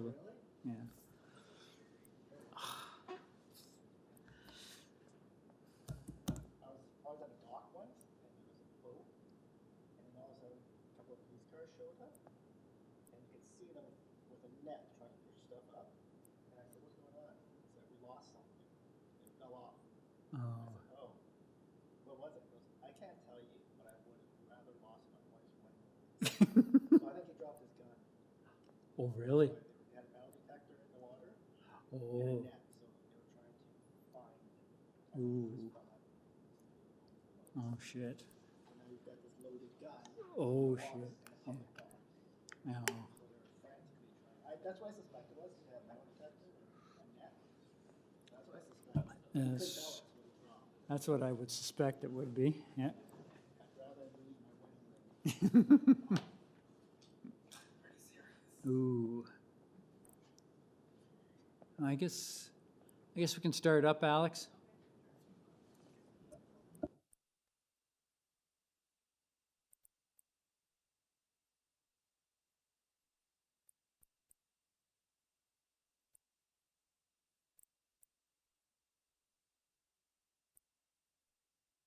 I'm sorry. Ladies and gentlemen, committee's back in session. We're now on item number 32, 335 Moore Avenue. I have one person registered to speak.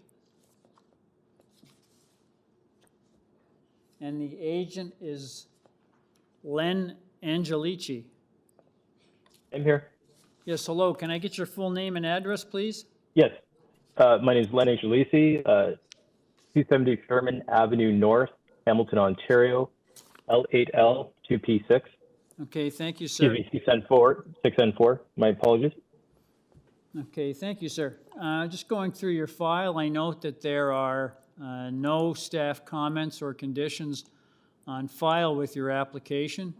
You have 4 variances before us. It's pretty clear what you're asking for. I'll just ask, is there anything you'd like to tell the committee that isn't contained in the material we have before us this afternoon? I have nothing to add, sir, but I am more than happy to answer any questions. Okay, thank you. Does the committee have any questions of the speaker? There being none, could I get a motion on this application, please? Mr. Khan? Thank you, Mr. Chair. I find this application straightforward and I move this application be approved. Thank you. Someone to second Mr. Khan's motion? Mr. Kidd seconds. All those in favor? That motion carries unanimously. Sir, your application's been unanimously approved without condition. Thank you, sir. Thank you, sir. Okay, thank you, sir. We're now on item number 3332 Owen Boulevard. I have 4 people registered to speak. The agent is Jim Pfeffer. Are you there, sir? Mr. Pfeffer, are you there? Jim, you're unmuted. Mr. Pfeffer, are you there?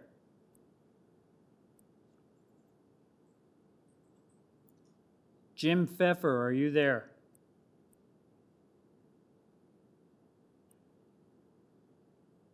No, we'll move to the next item. We'll come back. Item number 34 has been deferred. That's 68 Lorraine Drive. We'll go to item number 35, 717 Hillsdale Avenue East. I have 6 people registered to speak.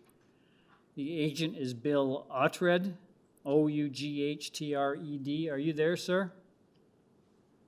Yes, I am, Mr. Chair. Yes, can I get your full name and address, please, sir? Yeah, sure. My full name is Bill Oughtred. My address is 2140 Winston Park Drive, Oakville, Ontario. Okay, thank you, sir. I have, just to go, I'm going through your file, I note there's a There's a letter here from Councillor Robinson, which is recommending that your application be refused. And there's also a report from Transportation Services dated the 10th of August, which recommends approval of your application subject to you paying to covering the cost of relocating a speed hump and all associated signage. Have you had the opportunity to review those reports, sir? Yes, I have. Okay, thank you, sir. We have other people registered to speak, so if you'd like to give the committee a brief presentation on what you see as the merits of your proposal. Okay, sure. Let me go through it. Yes, thank you. This is an application just for one variance for the property at 717 Hillsdale Road. Hillsdale Avenue. Essentially what we're looking for is a variance to permit a parking space, whereas a parking space is not permitted in the specific front yard or side yard abutting a street for this particular zone category, residential zone. This is a variance essentially to maintain a front yard parking. There's a number of, as you know, neighbors that are not in favor of this application just because there is obviously street parking. And if this particular variance is approved, it will take away one street parking space. However, we are creating one parking space in front of my client's property. This was a house that was approved back 2017, 2018. It actually went through the Committee of Adjustment. The site plan that was submitted with the application, and I'm just going beyond the presentation for a moment, but the site plan that was permitted as part of the application actually showed a driveway. Thank you. Showed a driveway at the front of the property with the proposed curb cut. That is a site plan that was submitted as part of the building permit application. It was a site plan that was submitted as part of the Committee of Adjustment application and was in front of the Committee of Adjustment back in 2018, showing a proposed driveway and a new curb cut. And just as a quick note before I go on with my presentation, there was some misrepresentation, I feel, from some of the residents suggesting that this was done, behind the scenes, or it was done without secretly, as trying to put in a parking pad as part of this development. It was approved as part of the building permit. It was shown in the Committee of Adjustment plan. So there's nothing behind this. It's just simply put, the owner has been trying to get the curb cut and get the approval to facilitate getting access to the parking that's existing in the front of the building. Going back to the presentation, as I noted, it is a proposal just for a parking space, just for a parking pad. There was originally a garage that was proposed as part of the proposed house back in 2017, 2018. Due to the neighborhood opposition, the plans were revised to take away the garage. So essentially, as I said, the plan at that point that was approved by the committee just had showed the parking pad in front. It is a very narrow lot. Just as a quick note, there was originally, when the Committee of Adjustment approved a consent application to create the lot in 2005, there was a driveway access through the back. I do not know the full particulars as to why, but sometime, I think around 2012 through 2014, the easement or rights of way to get access to the rear of the property was removed as part of the development of the property adjacent to Bayview. So essentially there is no access through to the rear. You saw the picture on the next slide, the picture of the driveway. Essentially it's 2.63 meter wide driveway, exactly as it was shown and approved on the grading plan as part of the building permit application. I've included a number of slides after this, just showing the neighborhood, the general neighborhood. I would have to say, if not the large majority, but I would say nearly all houses or semis have driveway access or have a parking pad on this portion of Hillsdale Avenue. If you go up and down the road, as I said, almost all homes do. but of course, those were all homes of record prior to the bylaw coming into force in 2006.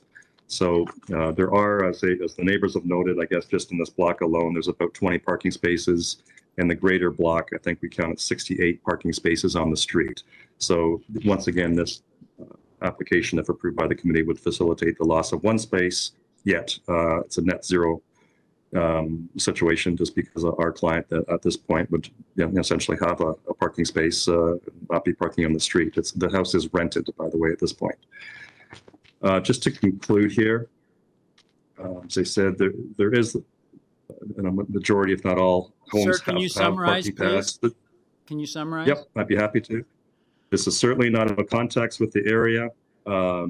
Just as a note, so the property maintains required 50% front yard landscaping. We have agreed with Transportation Works to remove the signage and at our client's expense, remove the speed bump. Planning and Transportation Works do not have any concerns. The reason for the original deferral, by the way, was the... Thank you. Yep, thank you. Does the committee have any questions of the speaker? There being none, we'll go to the next person on the list. I have Helen Wong. Are you there? Mr. Chair, Helen has chosen not to speak during the hearing. Thank you. Next person on the list is an Al Kivi, K-I-V-I. Are you there? Hello, can you hear me? Yes, I can hear you. Can I get your full name and address, please? Yes, my name is Al Kivi. I live at 127 Belsize Drive. Okay, if you'd like to give us your thoughts on this application. Good afternoon, panel members and chair. Thank you for the opportunity to speak today. I'm speaking on behalf of the South Eglinton Davisville Residents Association. I provided a letter of objection. I'd ask the technician to pull it up and show the photo on the last page if that's possible, please.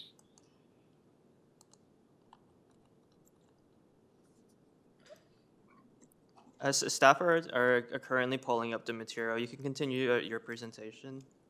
Yes. My letter focuses on the site plan that has been filed.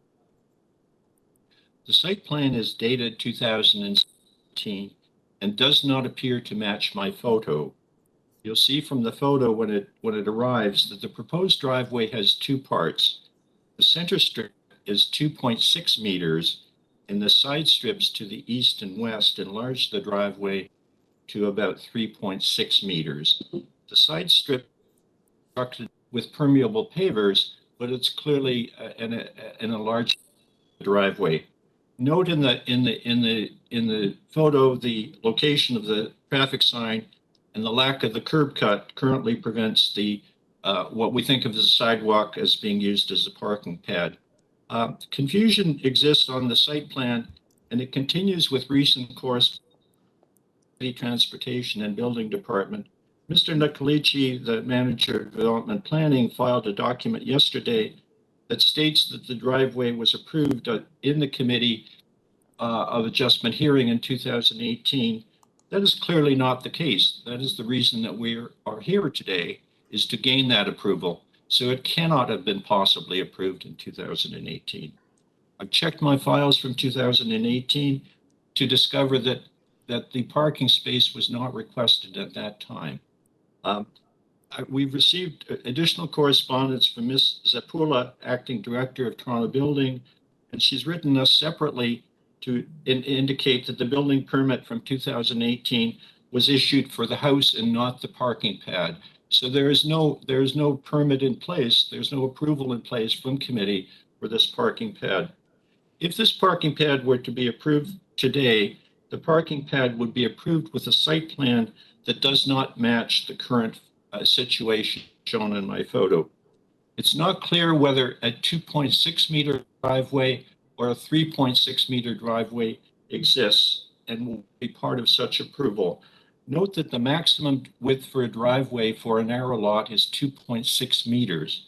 Lacking a complete and accurate site plan, I would view this proposal as being undesirable, and I would ask the application to be refused today. Thank you very much. Okay, thank you. Does the committee have any questions of the speaker? There being none, I'll go to the next person on the list. I have a P.J. Wade, W-A-D-E. Are you there? I'm here. Yes. Can I get your full name and address, please? PJ Wade, 712 Hillsdale Avenue East, Toronto. Okay, if you'd like to give us your thoughts on this application? Thank you very much. As a near neighbor and the local representative for Hillsdale, I state that the 23 resident letters of objection filed against the subject property, plus 2 from the Ratepayers Association and Councillor Jay Robinson, all emphasize that this is not a minor variance and should not be approved. We oppose the variance to be exempted from the existing bylaw for the following significant causes of negative neighborhood impact. Number 1, loss of public street parking for visitors in BIA shopping area. Legal street parking is at a premium on Hillsdale and in the area. A curb cut at the subject property will terminate one permitted street parking space closest to Bayview Avenue shopping, frequented by handicap permit holders and medical patients at the clinic next door. Number 2, negative impact on existing 68 resident paid permit holders. Most of the Hillsdale East residents who pay for an on-street parking permit are already challenged to find a parking space near their home each day.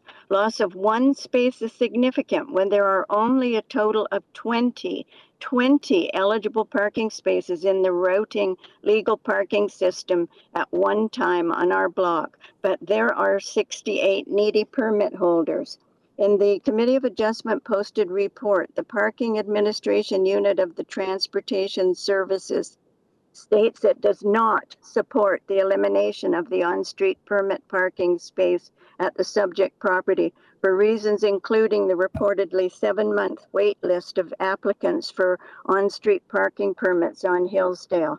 Number 3, the additional driveway increases pedestrian and traffic hazards at an already very hectic intersection. This is not a sleepy suburban village, but a compact, busy, bustling urban corner in a booming city.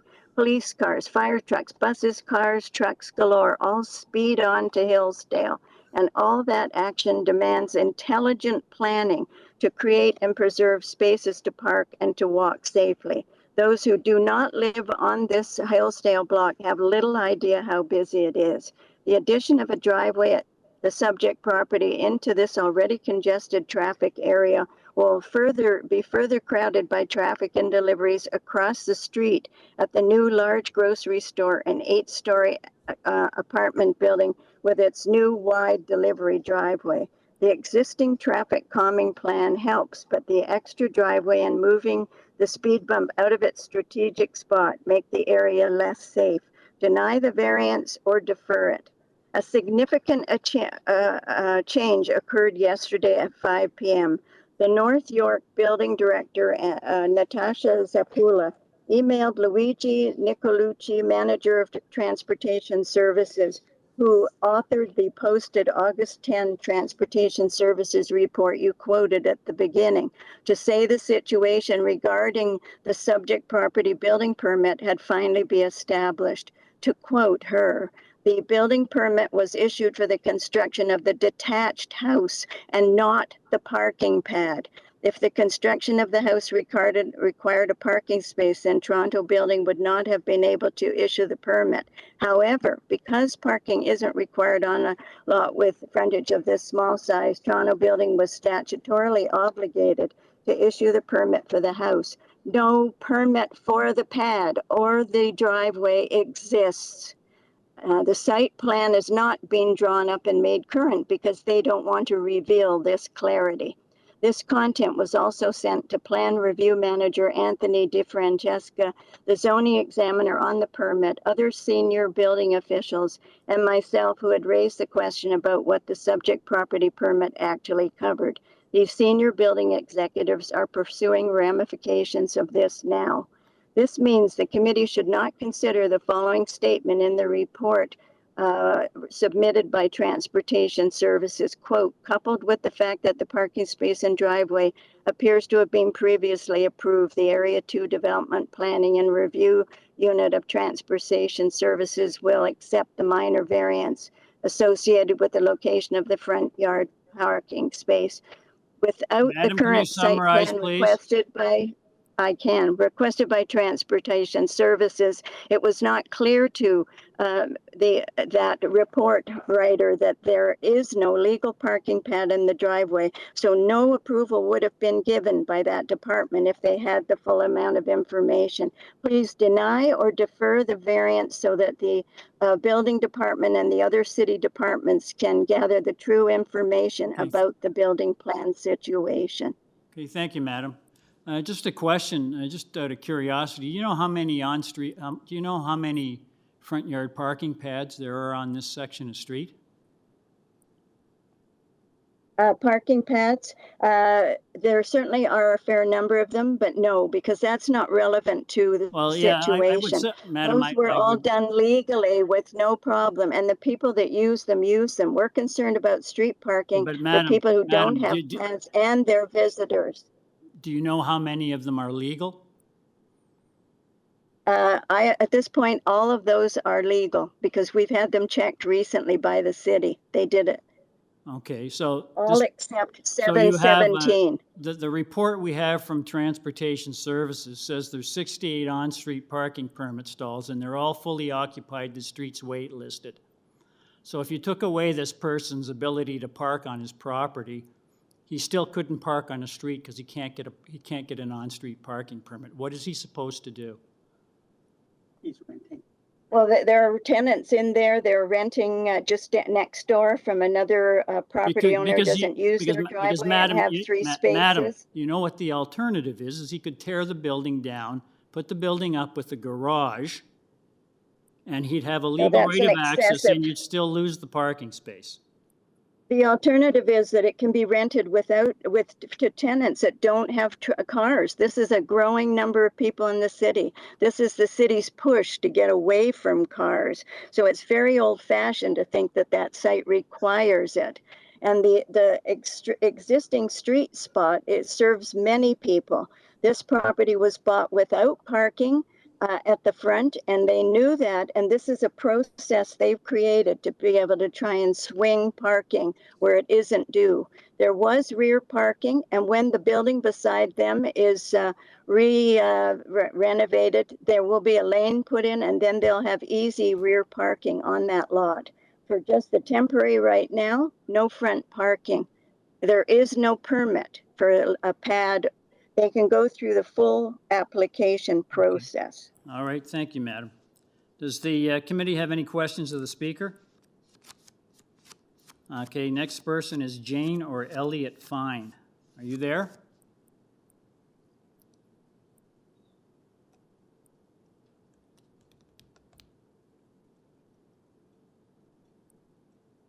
Jane? Okay. Hello? It's Janet. Jan. Oh, Janet. Can I get your full name and address, please? It's Jan Fine, 673 Hillsdale Avenue East. Okay, thank you, madam. If you'd like to give us your thoughts on this application. Yes, I'm sharing this with my husband, Elliot, at the same address. We've been in our home for 43 years with fine neighbors. We've also witnessed owners who have flouted and bypassed bylaws to circumvent the legal process to get their own way and not caring about their neighbors. The request here is a variation of a theme that we have seen over the years. So here's my question. Where does this homeowner's rights begin and end? So the rights for the collective well-being of our community are protected. No exemption to front yard parking should be granted for this property. The owner knew when he bought that there was no parking, yet he put in a ramp and paved the entire front yard. The consequence is the city had to remove it at taxpayers' expense. Taxpayers forked out for this and all subsequent hearings to date. If the owner has any issue on this, of his own making, the onus is for him to pay, not taxpayers' money. We are aware that the owner had been asked about a year ago to pay for the removal of signage and removal of speed bumps before getting permission. And we just heard that he's agreed now, but he had reneged it as far as I heard. Otherwise, what is to prevent other owners to get front yard parking? Parking, as PJ just said, is at a premium. We have people blocking our driveway. It's not a picnic living on this street anymore. And a new large organic grocery store is scheduled to open this fall at the foot of the street. We've had enough congestion for years with the light rail going in before this building came out at the bottom. It's constant traffic. It's constant, no let up. This demand makes a mockery of our bylaws. Bylaws are enforced to prevent people doing whatever they want.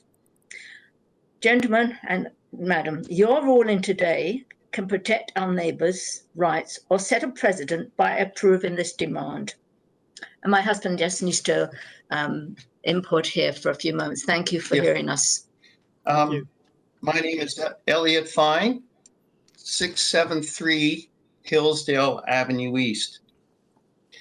As a number of examples of flouting the process, a number of years ago, we decided to put a deck on the back of the house. I talked with a contractor and with his help, drew up a plan on paper. I took it to the city review panel who examined it, suggested changes, which we did, and resubmitted it. We got a permit. Then during construction, an inspector came by to inspect and approve it. Minor changes were made and he returned and approved. I followed the process as it should be done. Then a few years later, a neighbor 2 doors to the west of us had a pile of cedar lumber left on his drive. It was clearly to build a deck. No signed permit was evident. I phoned the city department who came out to see this. The next day, the lumber was gone. 2 years later, they moved. Another episode was on the north side of our street, diagonally across from us. The resident constructed a deck without a permit. The neighbor to the west complained of loss of privacy to the city and his lack of a permit. It was ruled that he had to take it down. The city made the correct decisions in both cases, and the rights of the community were enforced justifiably. And thank you very much for your attention. Okay, thank you. Does the committee have any questions of the speaker? We'll go back to the agent. Mr. Otrud, are you there? Yes, I am. Thank you. Yes, hello, sir. If I could, you've heard the comments from the previous speakers, if you'd like to reply. Yeah, I'll just reply quickly. Just as a note to the first speaker, the driveway itself is 2.6 meters wide. The side strips are just permeable pavers, more or less decorative. You can't get more than 2-car widths out of that driveway. It's basically a 1-car driveway as it stands. What I was suggesting before was that the driveway was not approved by the committee, but the plans that were before the committee of adjustment and the committee of adjustment, the building permit grading plan, it showed the driveway. So from day one, at the point of building permit approval, when the committee of adjustment approved it in 2018, the driveway was shown on the plans. I also just want to make a note, the neighbors that are opposed to removing the driveway and not approving the variance, I believe they all probably have a driveway or parking pad. Just as a note, one last item. Just going through Street View, Google Street View, it almost looks like every single house on this street has a driveway or has a parking pad. So, I don't understand the adverse objection to having this particular house being provided a place to park a car. I think it's only fair. It's a busy block. The commercial building across beside the new building across the street, it's a house. It's an asset. I think it only deserves one parking space, and it's not going to make a big difference as far as what's going to be parked on the street. They'll need a parking space on the street as well. So I'd ask for the committee to consider this application favorably. I'd be happy to answer any other questions. Just can I ask, sir, does the property owner currently have an on-street parking permit? No. Okay, they don't. Okay, thank you. Because they wouldn't be eligible for one if they have on-site parking. You understand that? Correct. Okay, thank you. Does the committee have any questions of the speaker? There being none, just note that there was a late report from Transportation Services, which was dated the 10th of August, which recommended approval subject to a condition that a notation is included on the site plan stating that the owner will be required to pay for all costs associated with installation of the new curb cut and all costs associated with removal or relocation of the existing speed hump and associated traffic signs as determined by Transportation Services Division of the City of Toronto. So if I could get a motion on this revised application, please. Mr. Klassen? Yes, thank you, Mr. Chair. I've listened to the applicant and the neighbors, and I find that there isn't a compelling case that's been made by the applicant, so I'll move to refuse the application. Thank you. I have a motion from Mr. Klassen to refuse the application. Someone to second that? That motion does not carry. Can I get another motion? Mr. Kidd? Thank you, Mr. Chair. Obviously, it is a contentious application, and having listened to both sides, both the applicant and the neighbors, I'm a bit of a loss for a decision on this. However, I think in this case, I'm going to rely on the expertise of the Transportation Services and recommend that this application be approved subject to the condition that you read out that was contained in their report dated August the 10th. Okay, thank you very much, Mr. Kidd. Someone to second that? Ms. Sankar seconds. All those in favor? Opposed? Mr. Klassen dissenting. That motion carries. Sir, your application's been approved subject to Transportation Services condition. Thank you very much. Thank you. We'll go back to item number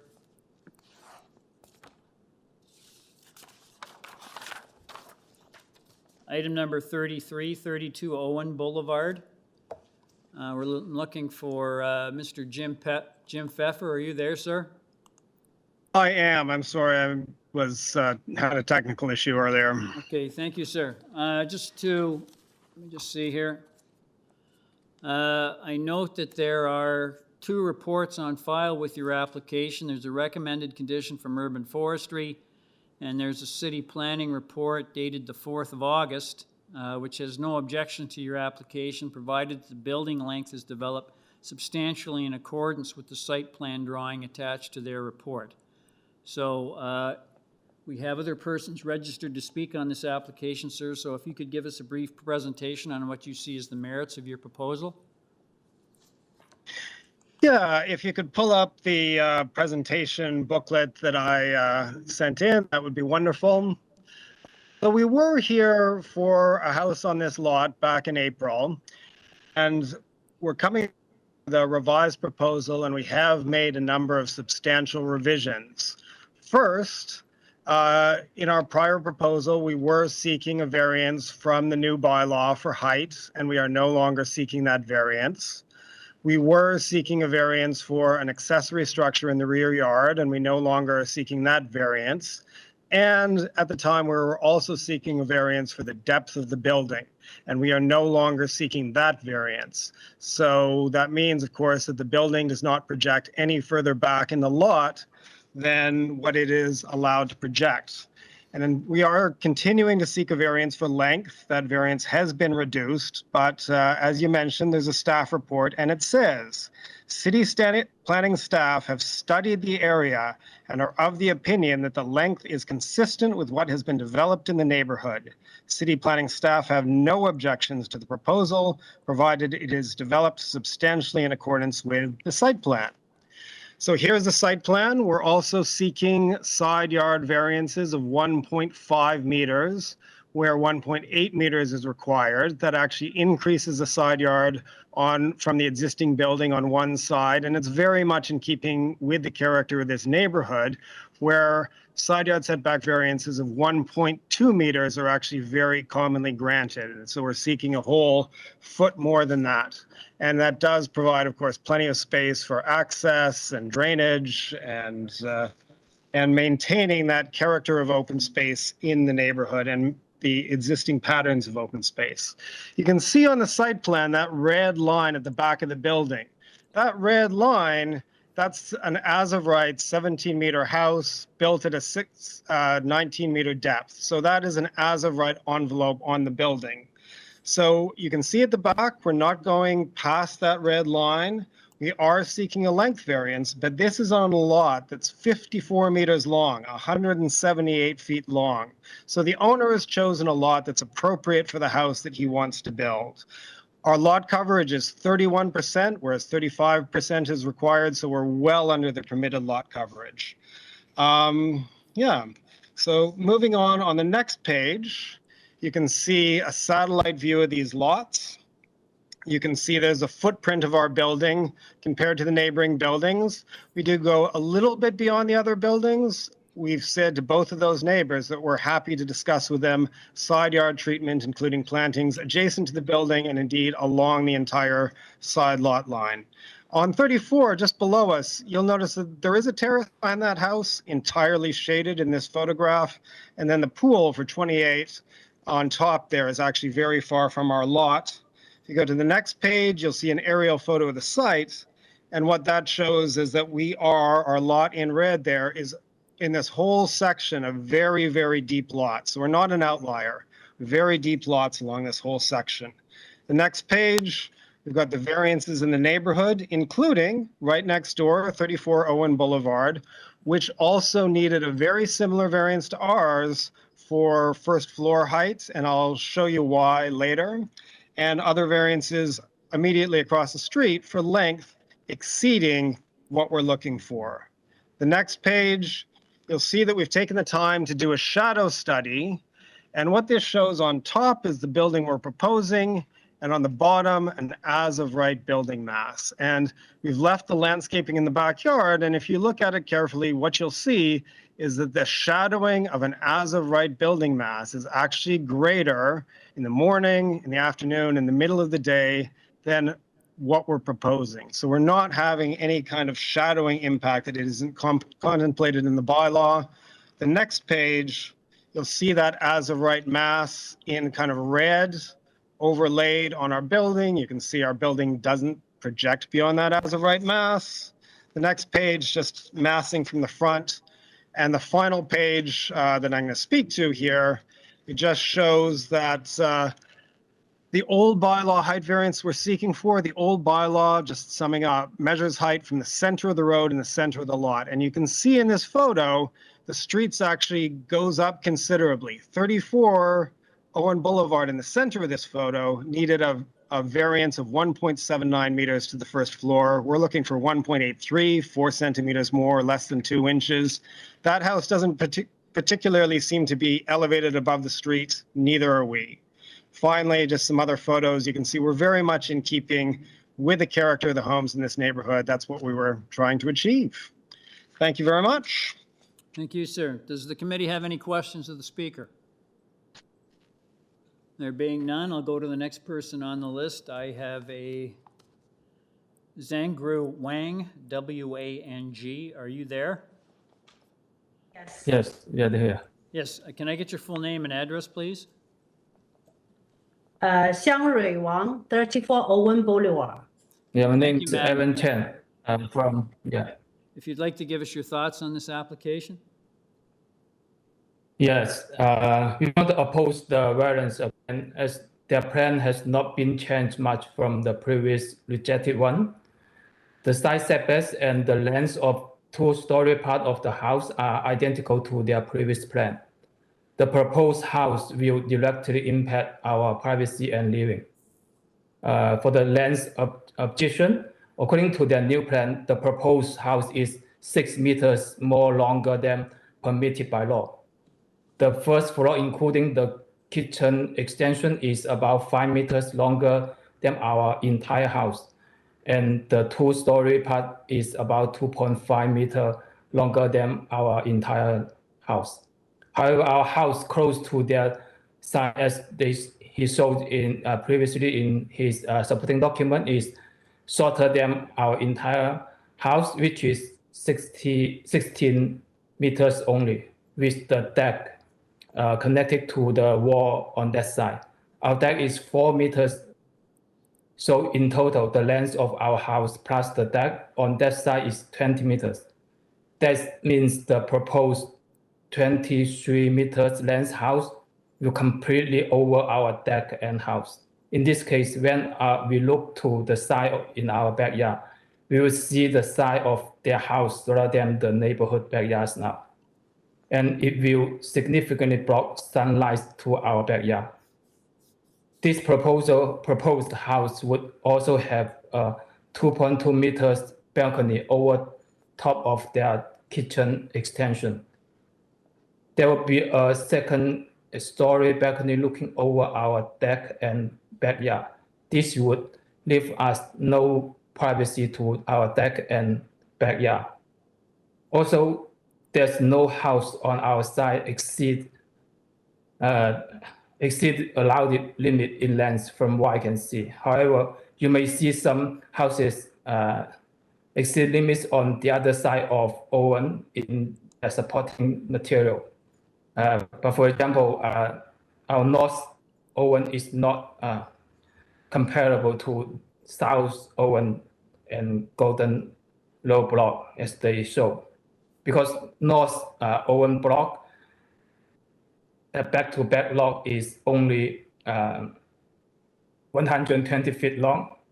However, the back-to-back locks for South OWEN and Golden Low are both 180 feet long. In this case, it's 60 feet longer than the locks of Lower Links Low, which is much less impact to neighbors.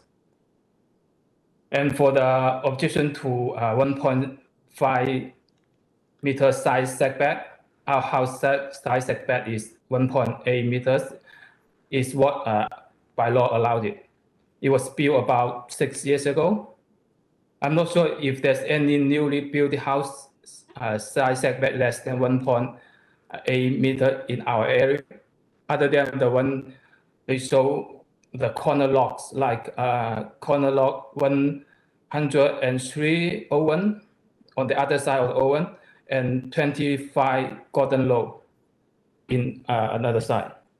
So for what I can see, some old houses have less side setback because they are either bungalow or much smaller sizes. That means they are either much lower than normal two-story house or much shorter in depth. As a result, they are not blocking too much sunlight, although their side setbacks are less. For example, the existing 32 OWEN Boulevard house was about 1.2 meter side setback on our side. But that side has only 1 story, and the house is only 10.6 meters in depth only. So in this case, we feel it's not blocking much sunlight and views from our windows on that side. For the front, Sir, can you summarize, setback, please? In summary, we will oppose the application. Yeah, that's all. Okay, Thanks. thank you. Does the committee have any questions of the speaker? There being none, I'll go to the next person on the list. I have a Mitchell Schneier, S-H-N-I-E-R. Are you there? Yes, I am. Yes, can I get your full name and address, please? My name is Mitchell Schneer at 25 Lower Links Road. Great, thank you. If you'd like to give us your thoughts on this application? Yes, could the second page of the materials I submitted be displayed? I see the applicant has submitted a city staff report supporting the building length requested. However, this report makes no mention of the very significant site condition of the huge and healthy tree in the backyard. The tree is over 80 feet tall, taller than the tree at 76 Coral Gable Drive, which has received much media, political, and city attention over the past years, which has resulted in that tree being preserved. This backyard tree at 32 Owen Boulevard, which you see now in front of you, is the largest tree I have seen in Toronto. The trunk is massive. I cannot reach around it. Even two of me could not reach around the trunk, which is still 24 inches greater around than the arm spans of two adults, fingertip to fingertip. The applicant's supporting materials claim, and I quote, "It has always been the intention of the homeowner to preserve this tree, but this is simply not credible. Here are the facts." For this application, the applicant has submitted an arborist report dated January 5th, 2022, and authored by a registered professional forester. This report was prepared with the proposed plans provided by the architecture firm acting for the applicant at this hearing today. This report states that all three of the largest trees on this lot are to be destroyed and removed. And instead of the 9 trees required in compensation, the report states that this 180-foot deep lot can only accommodate 2 spindly little sapling trees in compensation. The fact is that this site plan and the supporting materials submitted by the applicant for today's hearing both show that the construction work for this proposed house would remove or injure over 30% of the area within the tree protection zone for this huge tree. The fact is that the basement walkout for this proposed house would require excavating and removing the roots for a distance of 10 feet into the tree protection zone. The fact is that this applicant could build an as-of-right house, in fact, even a house slightly larger than as-of-right and larger than either of the neighbors' houses, and not impinge on the tree protection zone at all, but he has chosen not to. The fact is this applicant previously applied to this committee of adjustment, and this previous application was denied in its entirety at the hearing on April 28th this year. Yet the 19.7 meter length of the 2-story portion of the house before you today is identical to that was previously denied. All the applicant has done is to shift the house towards the street by 3 feet, which creates the need for a new variance. The applicant's variance 1 applied for today still requests to build a house which is more than 16 feet longer than is allowed by the zoning. In addition to the letters of objection submitted by both the St. Andrews Ratepayers Association and by the local councillor Jay Robinson, I note that Councillor Robinson put forward a motion at the October 1st, 2021 meeting of the Toronto City Council. This motion was entitled Strengthening Tree Protection, and the background information for this motion notes the motion was designated as urgent as, and I quote, "a new tree removal permits and minor variance applications are submitted every day." And here we are. And also, the report notes the City Council has taken numerous steps to emphasize the importance of trees in the development review process. And here we are. And that it takes decades for saplings to restore their environmental benefits. This motion includes that additional annual training is to be provided to the Committee of Adjustment members on the valuation of trees and ecosystems, and this motion was passed unanimously by Toronto City Council. To me, this says that the Committee of Adjustment should formally have regard for impacts of variances on trees. It isn't just a decision for urban forestry, or the committee's obligation ends at adding some conditions to approvals. This is within your power. The plans would result in removing roots and injuring over 30% of the tree protection zone, destroying this huge tree as the applicant's arborist report states is necessary. I see the applicant has just today submitted something further from the arborist claiming, well, they'll excavate and they'll see, and they can see if they can change their plans to not destroy the tree. This is insane. You can't cut into and pave over 30% of a tree protection zone and protect it. This report was provided by a company called 5 Star Tree Care, which is a company that cuts down trees. They apparently don't have any arborists on staff, so they subcontracted an outside consultant, a Mr. Philip Rojic of Red Bud Forestry Consultants, to write the report. I ask, if it is the intention of the homeowner to preserve this tree, why would they hire a company that cuts down trees? They would just hire an arborist directly, but they did not. Just a few more seconds. So despite the claims of having an intention to preserve this tree, the information submitted for this application shows the applicant has no regard for tree protection or for maintaining Toronto's tree canopy, which are city priorities. Can you summarize, please? Yes, as noted in Councillor Robinson's letter of objection, I quote, "The requested variances are significant in nature and should not be considered minor." Also, I would state that it is not the general intent and purpose of the zoning bylaw that the variance for house length be granted where the variance would directly result in unnecessarily destroying a uniquely huge and healthy tree. I do not see that the 4 tests have been satisfied and therefore request that you deny this application and specifically that you deny variances 1 and 5, which are the result of building length. Thank you. Does the committee have any questions of the speaker? There being none, I'll go to the next person on the list. I have a Jeff Schneier, S-H-N-I-E-R. Are you there? Yes, I am. Hello, Jeff. Jeff Schneier?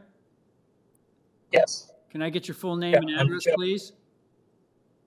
Jeff Schneier. I'm at 2801 Boulevard. Now, sir, we're not hearing you very well. Can you don't use a speakerphone? Just talk into a regular telephone. The laptop at the moment. Sir, we can't hear you. Let me connect the headset. Maybe that will assist. We can't hear you, sir.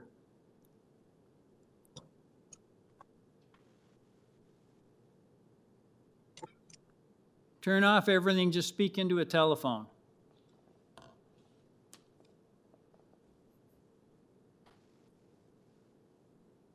Hold on. Yes, that's better. Can I get your full name and address? Jeff Schneer, 28 Owen Boulevard. I'm the property directly beside, directly to the... We've lost you, sir. Lost me. Oh, How can you lose me?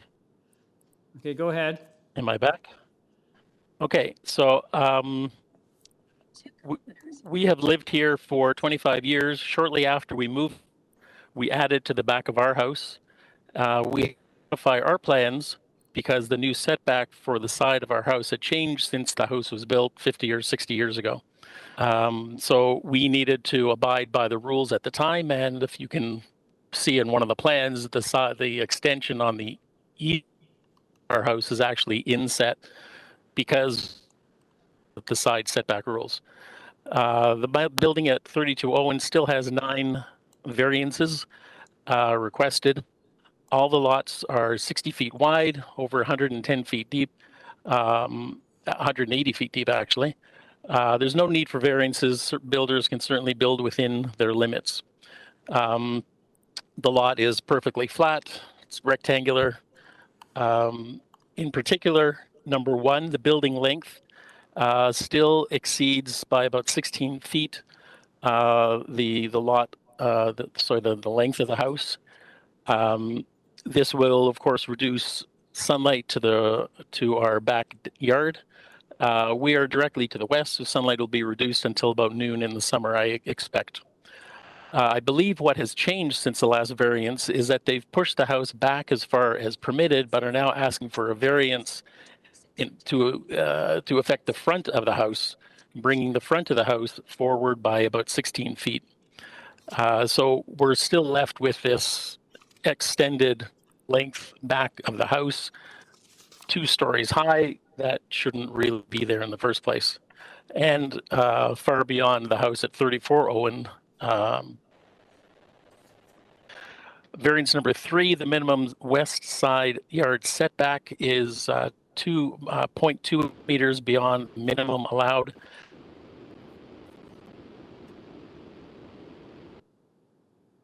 Sir, has had some issues which have been resolved.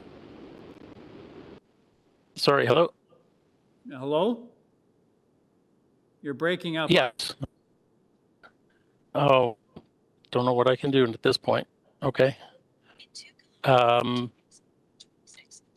The request to have the first floor height higher, 0.34 meters higher than what's allowed will, again, just be more of an inconvenience and lead to mitigation, lead to drainage and privacy problems, because if the first floor is a foot higher, then that means the back deck is going to be higher, and that's privacy issues into our lot. Lastly, I'm really concerned that the basement walkout will damage the root structure of the tree. This walkout encroaches on the tree protection zone, as was previously mentioned. This proper old tree. That's all I have to say. Okay, thank you, sir. Does the committee have any questions of the speaker? There being none, I'll go back to Mr. Pfeffer. Are you there, sir? I am here. Yes, sir. You've heard the comments from the previous speakers. If you'd like to reply to them. Yeah, if you could just pull up my page 3 of my booklets, and I'll speak to the first speaker. I believe it was Mr. Wang. He said there was no homes with length variances of greater than 17 meters on this street, and that's a little ridiculous considering that his house got a variance of 19 meters, you know, when it was before committee in 2014. And you can see his house as it's built now, and you can see how far he went beyond the existing house that's there at 32 Owen Boulevard. He went presumably to the maximum depth that was allowed at the time, as we are doing. So we're going to the maximum depth. But, you know, we are, as the staff report said, in keeping with the newer with contemporary development in this neighborhood. He mentions that his sunlight is going to be all over his deck. Well, take a look at this aerial photo and you can see his entire deck is shaded by his own house. And if you go a few pages down to page 6, our shadow study, you can see the shadow study at 3 o'clock in the afternoon. No, it's a couple of pages before this. 3 o'clock in the afternoon, that central shadow study, you can see his entire deck is going to be shadowed by his own house. He said our balcony is going to be interfering with his privacy. We are not seeking a variance for the balcony. There's no variance there. The same with our, you know, rear yard deck. It's at grade. And speaking of being at grade, there is, as I mentioned, that slope to the hill. Mr. Schreier, the second Mr. Schreier that spoke, Jeff, not his brother, Michael, who was talking about the tree, mentioned the elevation of the house. His house finished floor is 175.15 meters. Our request is his is 1.03, we're 175.15. So we're 12 centimeters, 4 inches higher than his door sill. It's the grade, so he'd need a variance very similar to what we're seeking if he were to build that house today, because it's measured from the street and it slopes up. And that's basically where the ground floor is. We've got 3 steps up to the front door, but we have this height variance because of the topography. Finally, Mr. Shear Mitchell was talking about this tree.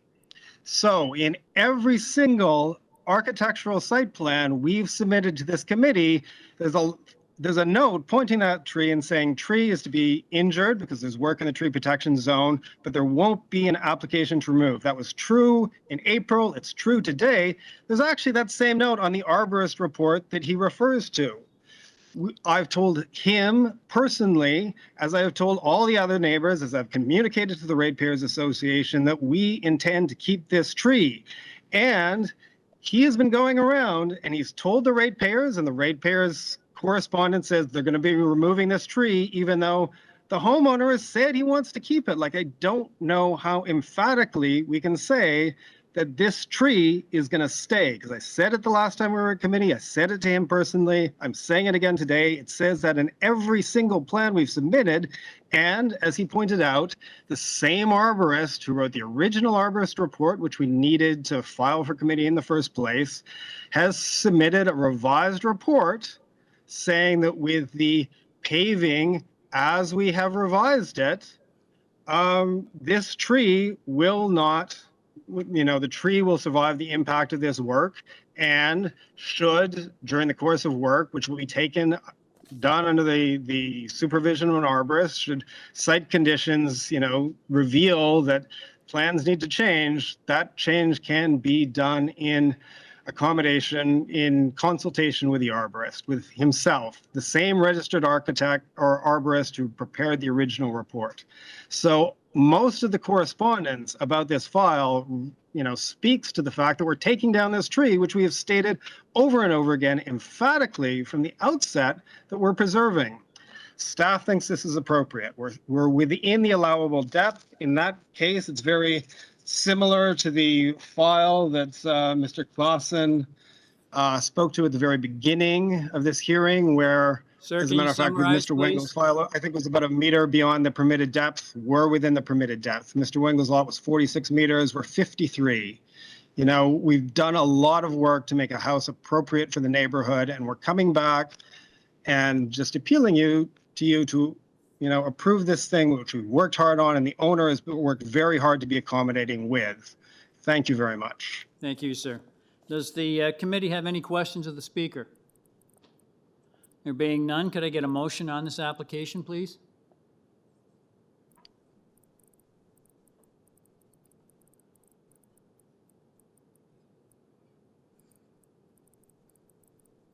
Mr. Claassen?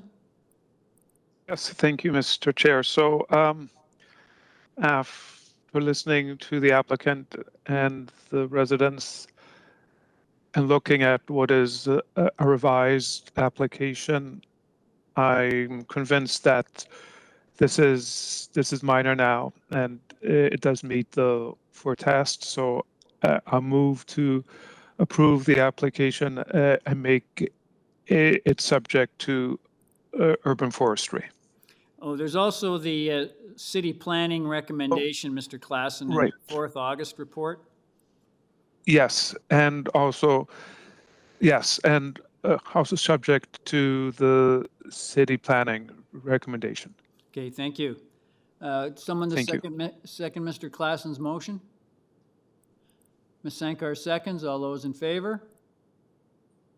That motion carries unanimously. Sir, your application's been unanimously approved, subject to urban forestry and the city planning condition that the building length is developed substantially in accordance with the site plan drawing attached to their report.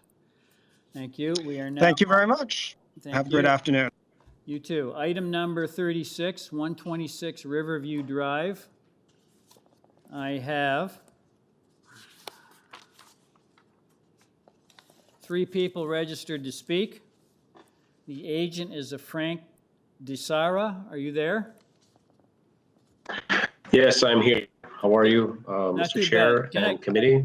Sir, can I get your full name and address, please? My name is Francesco DeSera at 10320 Pine Valley Drive, Vaughan. Okay, I sir. am the architect and agent for the owner. Sir, I've gone through your report. There is a number of staff reports on file with your application. There's one from Urban Forestry, which recommends refusal. You also have a city planning report dated the 4th of August, which recommends refusing variance numbers 8, 9, and 10.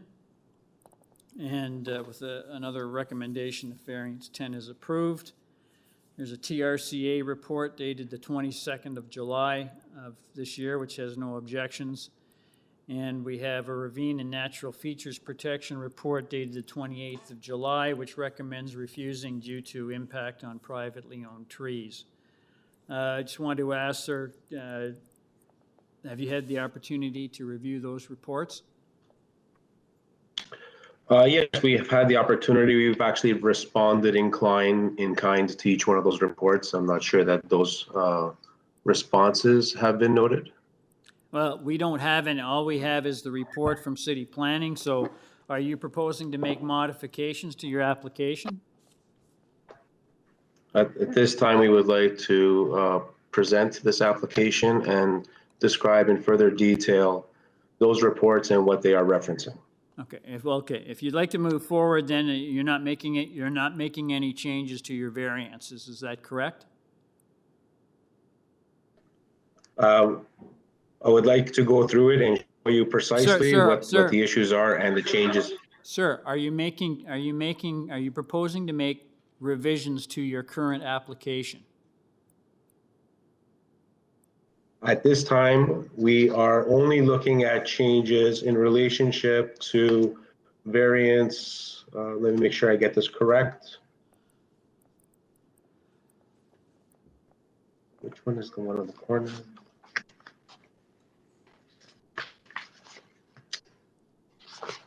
I believe it's variance 11. We can remove, and variance 9. Okay, hang it, sir. If you want to make changes to your application, then you have to, can you read out those changes so that the committee and the audience can hear what proposes what changes you're proposing? One moment. So variance 11 Okay. relates to a platform without main walls attached to less than 0.3 meters with a floor no higher than the floor of the building above the established grade, may push into the required side yard setback a maximum of 1.5 meters so that it's no closer to the side lot line than 0.3. The proposed platform encroaches 6.5 meters into the required side yard setback and is 0.75 meters from the west side lot line. Okay. We are prepared to remove that totally. So variance number 11, you're deleting? Deleting. Okay. Are there any other revisions? The front landscape, which is variance number 9. Okay. It's divided into 2, 8 and 9. Okay, sir. One is relating to. Can you read these in order? Yes. Okay, so let's start at the variance beginning. number 8. Which is the first one you want to change? Variance number 8. Okay, so what is variance number 8 going to say? What does it say now, and what do you want it to say? A minimum of 60% of the front yard landscape be landscaping. The proposed front yard landscaping area is 49.21. We are prepared to delete that. So you're deleting that, okay? Variance number 8 is deleted. Variance. Okay. Yes. Number 9, a minimum of 75% of the required front yard landscape must be soft landscaping. The proposed front yard landscaping is 68.13. Okay. What are you proposing to change it to? We're proposed to delete that. Okay. Is that the extent of the changes? And then variance 11, which we had just said previously. Okay, so variance 11 is deleted as well, correct? Yes. So the changes you've made to this application are variances 8, 9, and 11 are deleted. Is that correct? That is correct. Okay, thank you. And there are no other changes? No other changes. Okay, thank you. So if you can make a presentation to the committee about what you see as the merits of your revised application. Okay, I would like to take you through a summary of events here. This application was before the committee back in 2020. We're just introducing you to the front elevation of what this looks like. We go to the next. This is the 2020 application, and it's a odd-shaped lot. The way this application, we weren't involved in this application, but the way this application was worked out, there was a issue with side yard, the building length, the setback at the rear, and also front yard setback as well as height. Cumulatively, these variances were opposed by city staff at that time, and there was a letter from the neighbor at the rear, which also had issues with the application as it stood. So we took it back and we started to look at something different, and we redesigned. You can go to the next slide, please. In the new home, what we did is we took a study of nearby homes. This is the home adjacent. And because we have frontage, a very narrow frontage on a large lot, we looked at how narrow frontage lots deal with parking cars and garages. And what we have here is a deep garage at the rear with a flanking driveway. And please make note that we have 7 risers up to the main floor. So we took this strategy and applied it to our lot because we have a very similar frontage. And for the next slide, what it did is it allowed us to make use of land, because our lot does open up. It makes use of the land where it opened up, and it provides a lot of breathing space on the north side, adjacent to our neighbor. Now, the wall that was proposed initially on the north side was opposed by city staff, and we felt it was right that they should oppose it. Our current application for the building above grade has no setback variances. It has no height variances. Everything outside of FSI and the fireplace chimney breast that relate to the home proper above grade. Next slide.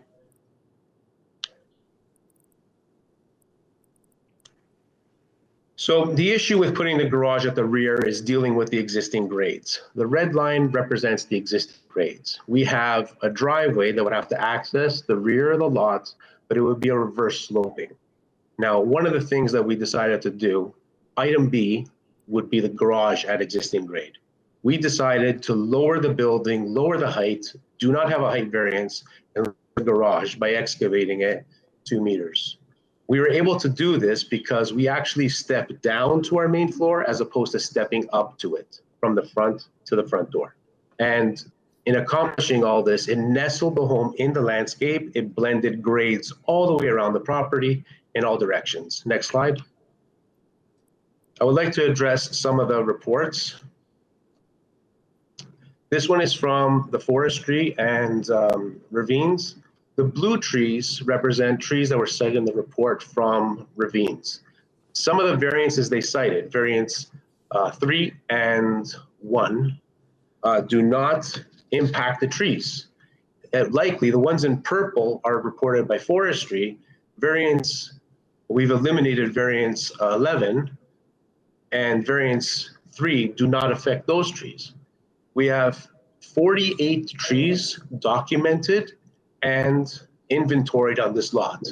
In the end, there are 3 trees which are problematic for us, and we provided a huge amount of territory to do a replanting. Next slide, please.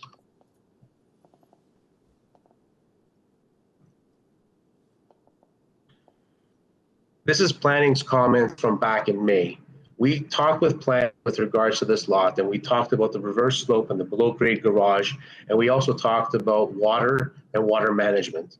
We are prepared with this application to adhere to any conditions associated with proper engineering, proper management, infrastructure, water storage to deal with the reverse slope drive. Next slide.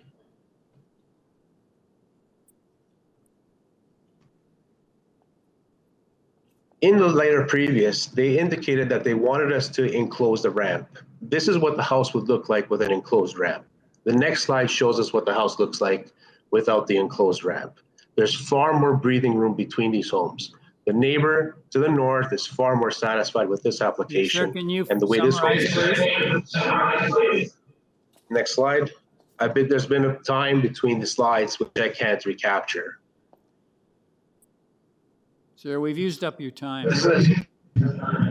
Sorry? We've used your time up. Your 5 minutes is up. Okay, thank you. Can I ask, with respect to the below grade driveway, does the slope of the driveway maintain a positive slope in the public road allowance from the property line to the curb line of the street? Is it a positive slope? It's a positive slope up to 3 meters onto our property. So it's so the action, because it's not shown in a cross section drawing on your. It is. If you go back to that cross section drawing, I can point it out to you directly. Does it show it from the right there, from the curb line of the street? Yes. So where is the the curb line of the street? So that's our property line. The curb line is, it's another additional 9 meters away, and it is. So the curb is lower. Are you maintaining are you maintaining a positive slope from the property line to the curb line of the street? What I'm trying to say, and does the water drain to the street from the property line? Yes. Okay, but you need to show that on your plan because you won't be able to get a permit from Transportation Services if you have a negative slope in the public road allowance. Yes, we are aware of that. Okay. Does the committee have any questions of the speaker? Being none, I'll go to the next person on the list. We have a Samuel Ip, IP. Are you there? Thank you, Mr. Chair. Yes, hello, sir. Can I get your full name and address? My name is Sam. I'm 105 Riverview Drive. I don't have any comments, Mr. Chair. Thank you. Okay, thank you. You have no comments, sir? No comments. Okay, thank you.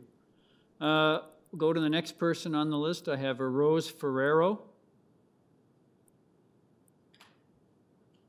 Rose Ferrero, are you there? Hi, yes, I am. Yes, can I get your full name and address, please? Rose Ferraro, 122 Riverview Drive. Okay, if you'd like to give us your thoughts on this application. I feel much better about this one than the previous one with that big wall in between us. And they've assured me also that they're going to be putting lots of trees in between the two houses, which made me feel a lot better. So I feel a lot better about the whole project. Okay, thanks. So at the present time, you have no objections to the application? No objections. Okay, thank you. Does the committee have any questions of the speaker? Okay, we'll go back. Since there are no objections to the application from the previous two speakers, does the committee have any further questions of the applicant? There being none, could I get a motion from the committee, please?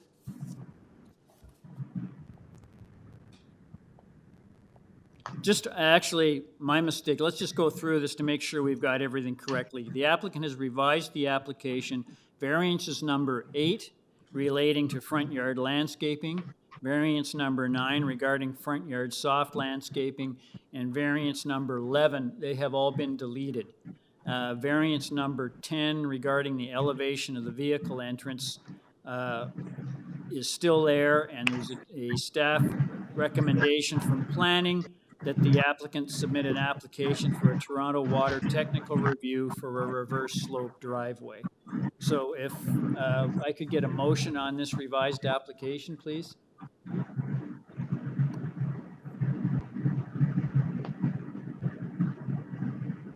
Ms. Sankar? Sorry, Mr. Chair, I just wanted to ask one question to the applicant before making any decisions, but with regards to variance number 10, where the staff report has indicated, you know, the elevation of the vehicle entrance, I wanted to understand the impact again to him if that were instated. I mean, if that we remove that or deleted that.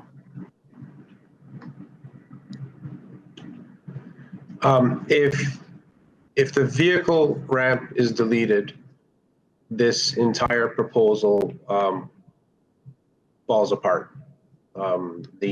There will be no garage access. We lose the capacity to bring a car, turn it around. We've been able to successfully plan this home and strategically plan this home to geared at minimizing and eliminating all side yard setback, rear yard setback, front yard height, and that's been successful. This strategy has been successful at accommodating that. Okay. So then, Mr. Chair, I can move forward with the motion then? Yes. Yes, Ms. Sankar. Okay. All right. So, Mr. Chair, I'll put forward a motion, and just based on what I've heard and based on sort of what I'm seeing as careful deliberation on the part of the agent to look at this application and also being reinforced and validated by the two debutantes who came in to speak of their support for this application, then I'm going to move with a motion to approve this application, and I'll make it subject to a number of things. So the first one is the changes made by the applicant here today, in that he eliminated variances number 8, 9, and 11.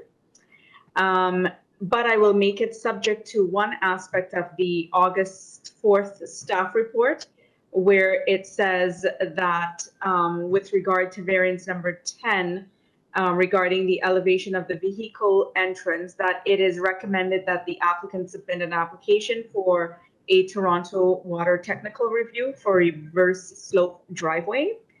And I am still going to make this subject to forestry, because I do want forestry and the agent to work together on some solutions. And I do see that Ravine and TRCA were mentioned, but I didn't see that they had specific commentary to follow. So I'll leave it just at forestry unless Mr. Chair has another opinion. And that's my motion. Okay, thank you, Ms. Sankar. No, I think that motion is fine. I'll have someone to second that motion. Mr. Klassen seconds. All those in favor? Opposed? Mr. Khan dissenting. That motion carries. So your revised application's been approved, subject to urban forestry and city planning conditions. Thank you. Have a wonderful day. Thank you. We're now on item number 37, 165 Three Valleys Drive. And I have one person registered to speak. That's an Osrin Stambuk. Are you there? Osrin Stambuk, are you there? Yes, I'm here. Can I get your full name and address, please? My name is Osran Stambuk. I'm the agent of the owner. My address is 15 Moreland Road. Okay, thank you, sir. I've gone through your file. I note there is a report here from City Planning dated the 4th of August. They have no objections to your application, provided that the front yard setback is developed substantially in accordance with the site plan drawing attached to their report. I just wanted to ask, sir, have you had the opportunity to review that report? Yes, I have reviewed that report, and it makes perfect sense to me, and I would comply with those conditions. Okay, thank you, sir. Just wanted to ask, it's pretty clear what you're asking for in the 5 variances we have before us. I'll just ask, is there anything you'd like to tell the committee that isn't contained in the material we have before us this afternoon? I would just like to, thank you, Mr. Chair. I would just like to highlight that this application was deferred back in October in an effort to severely reduce a lot of the variances, because in its first iteration, it was entirely a little bit too big in its scope, and we have through work with the homeowner reduced the variances a lot, and I'm happy to answer any questions you may have about this revised application. Okay, thank you, sir. Does the committee have any questions of the speaker? Mr. Khan? Thank you, Mr. Chair. Sir, I simply want to know, this is a semi-detached house? I'm sorry, Mr. Khan, what was that? Is it a semi-detached house? Sir, is it a semi-detached house?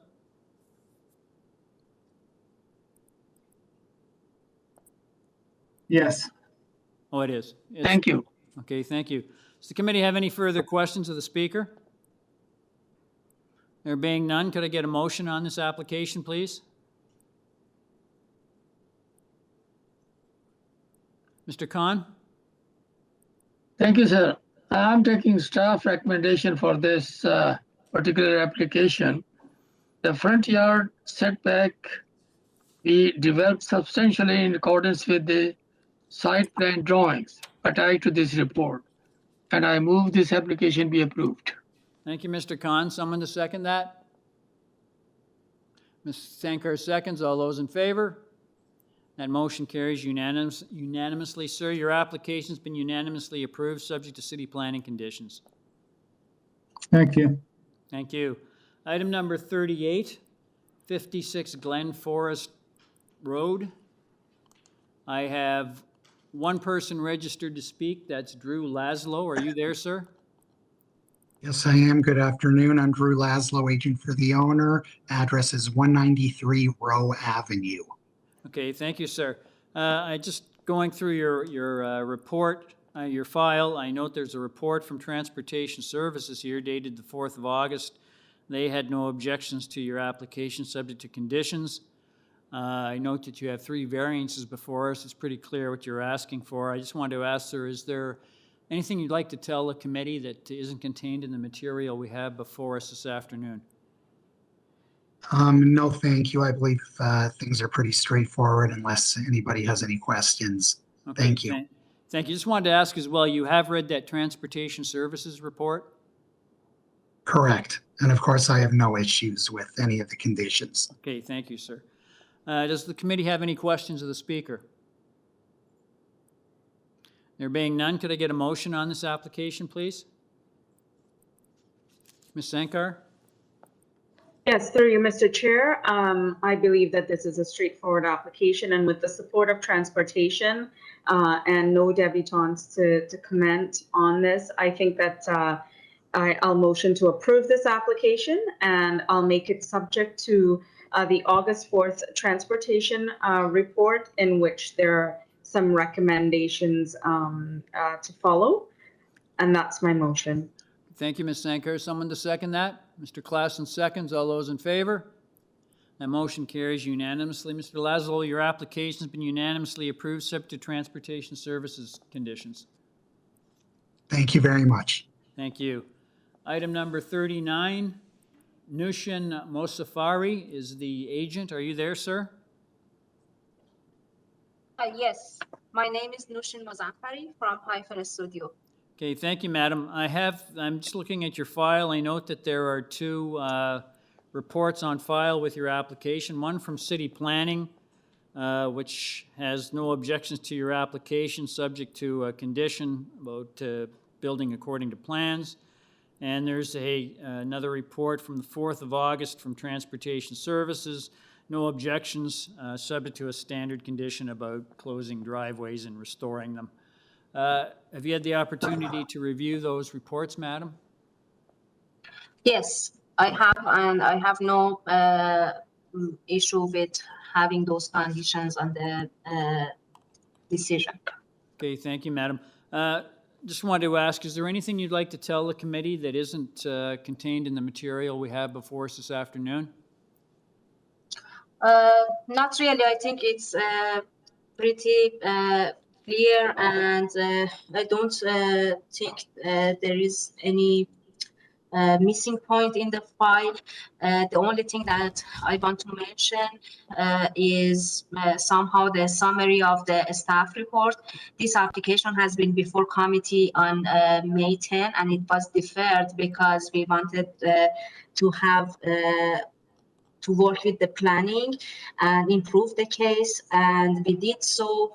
As a result, we have removed the landscaping and soft landscaping variances by reducing the width of the driveway, and also we have reduced the wall height variance, and we have come back today with this revised application, which is, I think, very appropriate for this property. Okay, thank you, madam. Does the committee have any questions of the speaker? There being none, if I could get a motion on this application, please. Mr. Khan? Thank you, Mr. Chair. Transportation Services has okayed the variance number 6 and number 7, and there are no objection.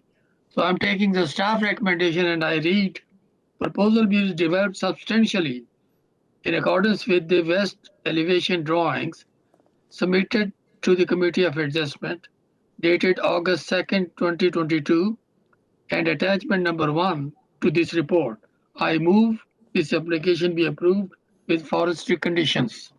Mr. Khan, there's also the Transportation Services report of August 4th, which has a condition attached to it as well. That's right, sir. And that condition is also there, yes. Thank you, Mr. Khan. Someone to second Mr. Yes, sir. Khan's motion? Ms. Sankar seconds. All those in favor? That motion carries. Madam, your application has been unanimously approved, subject to City Planning and Transportation Services report. Ladies and gentlemen, that ends our session for today. Thank you very much. Committee members, thank you very much. Great to see you again. Mr. Klassen, great to see you again. We'll see you soon. It's nice seeing everyone. Take care, Nice Tom. seeing you all too. Enjoy the rest of the summer. Have a good evening, everyone. And Bye, thank you, everyone. Scott. Bye-bye.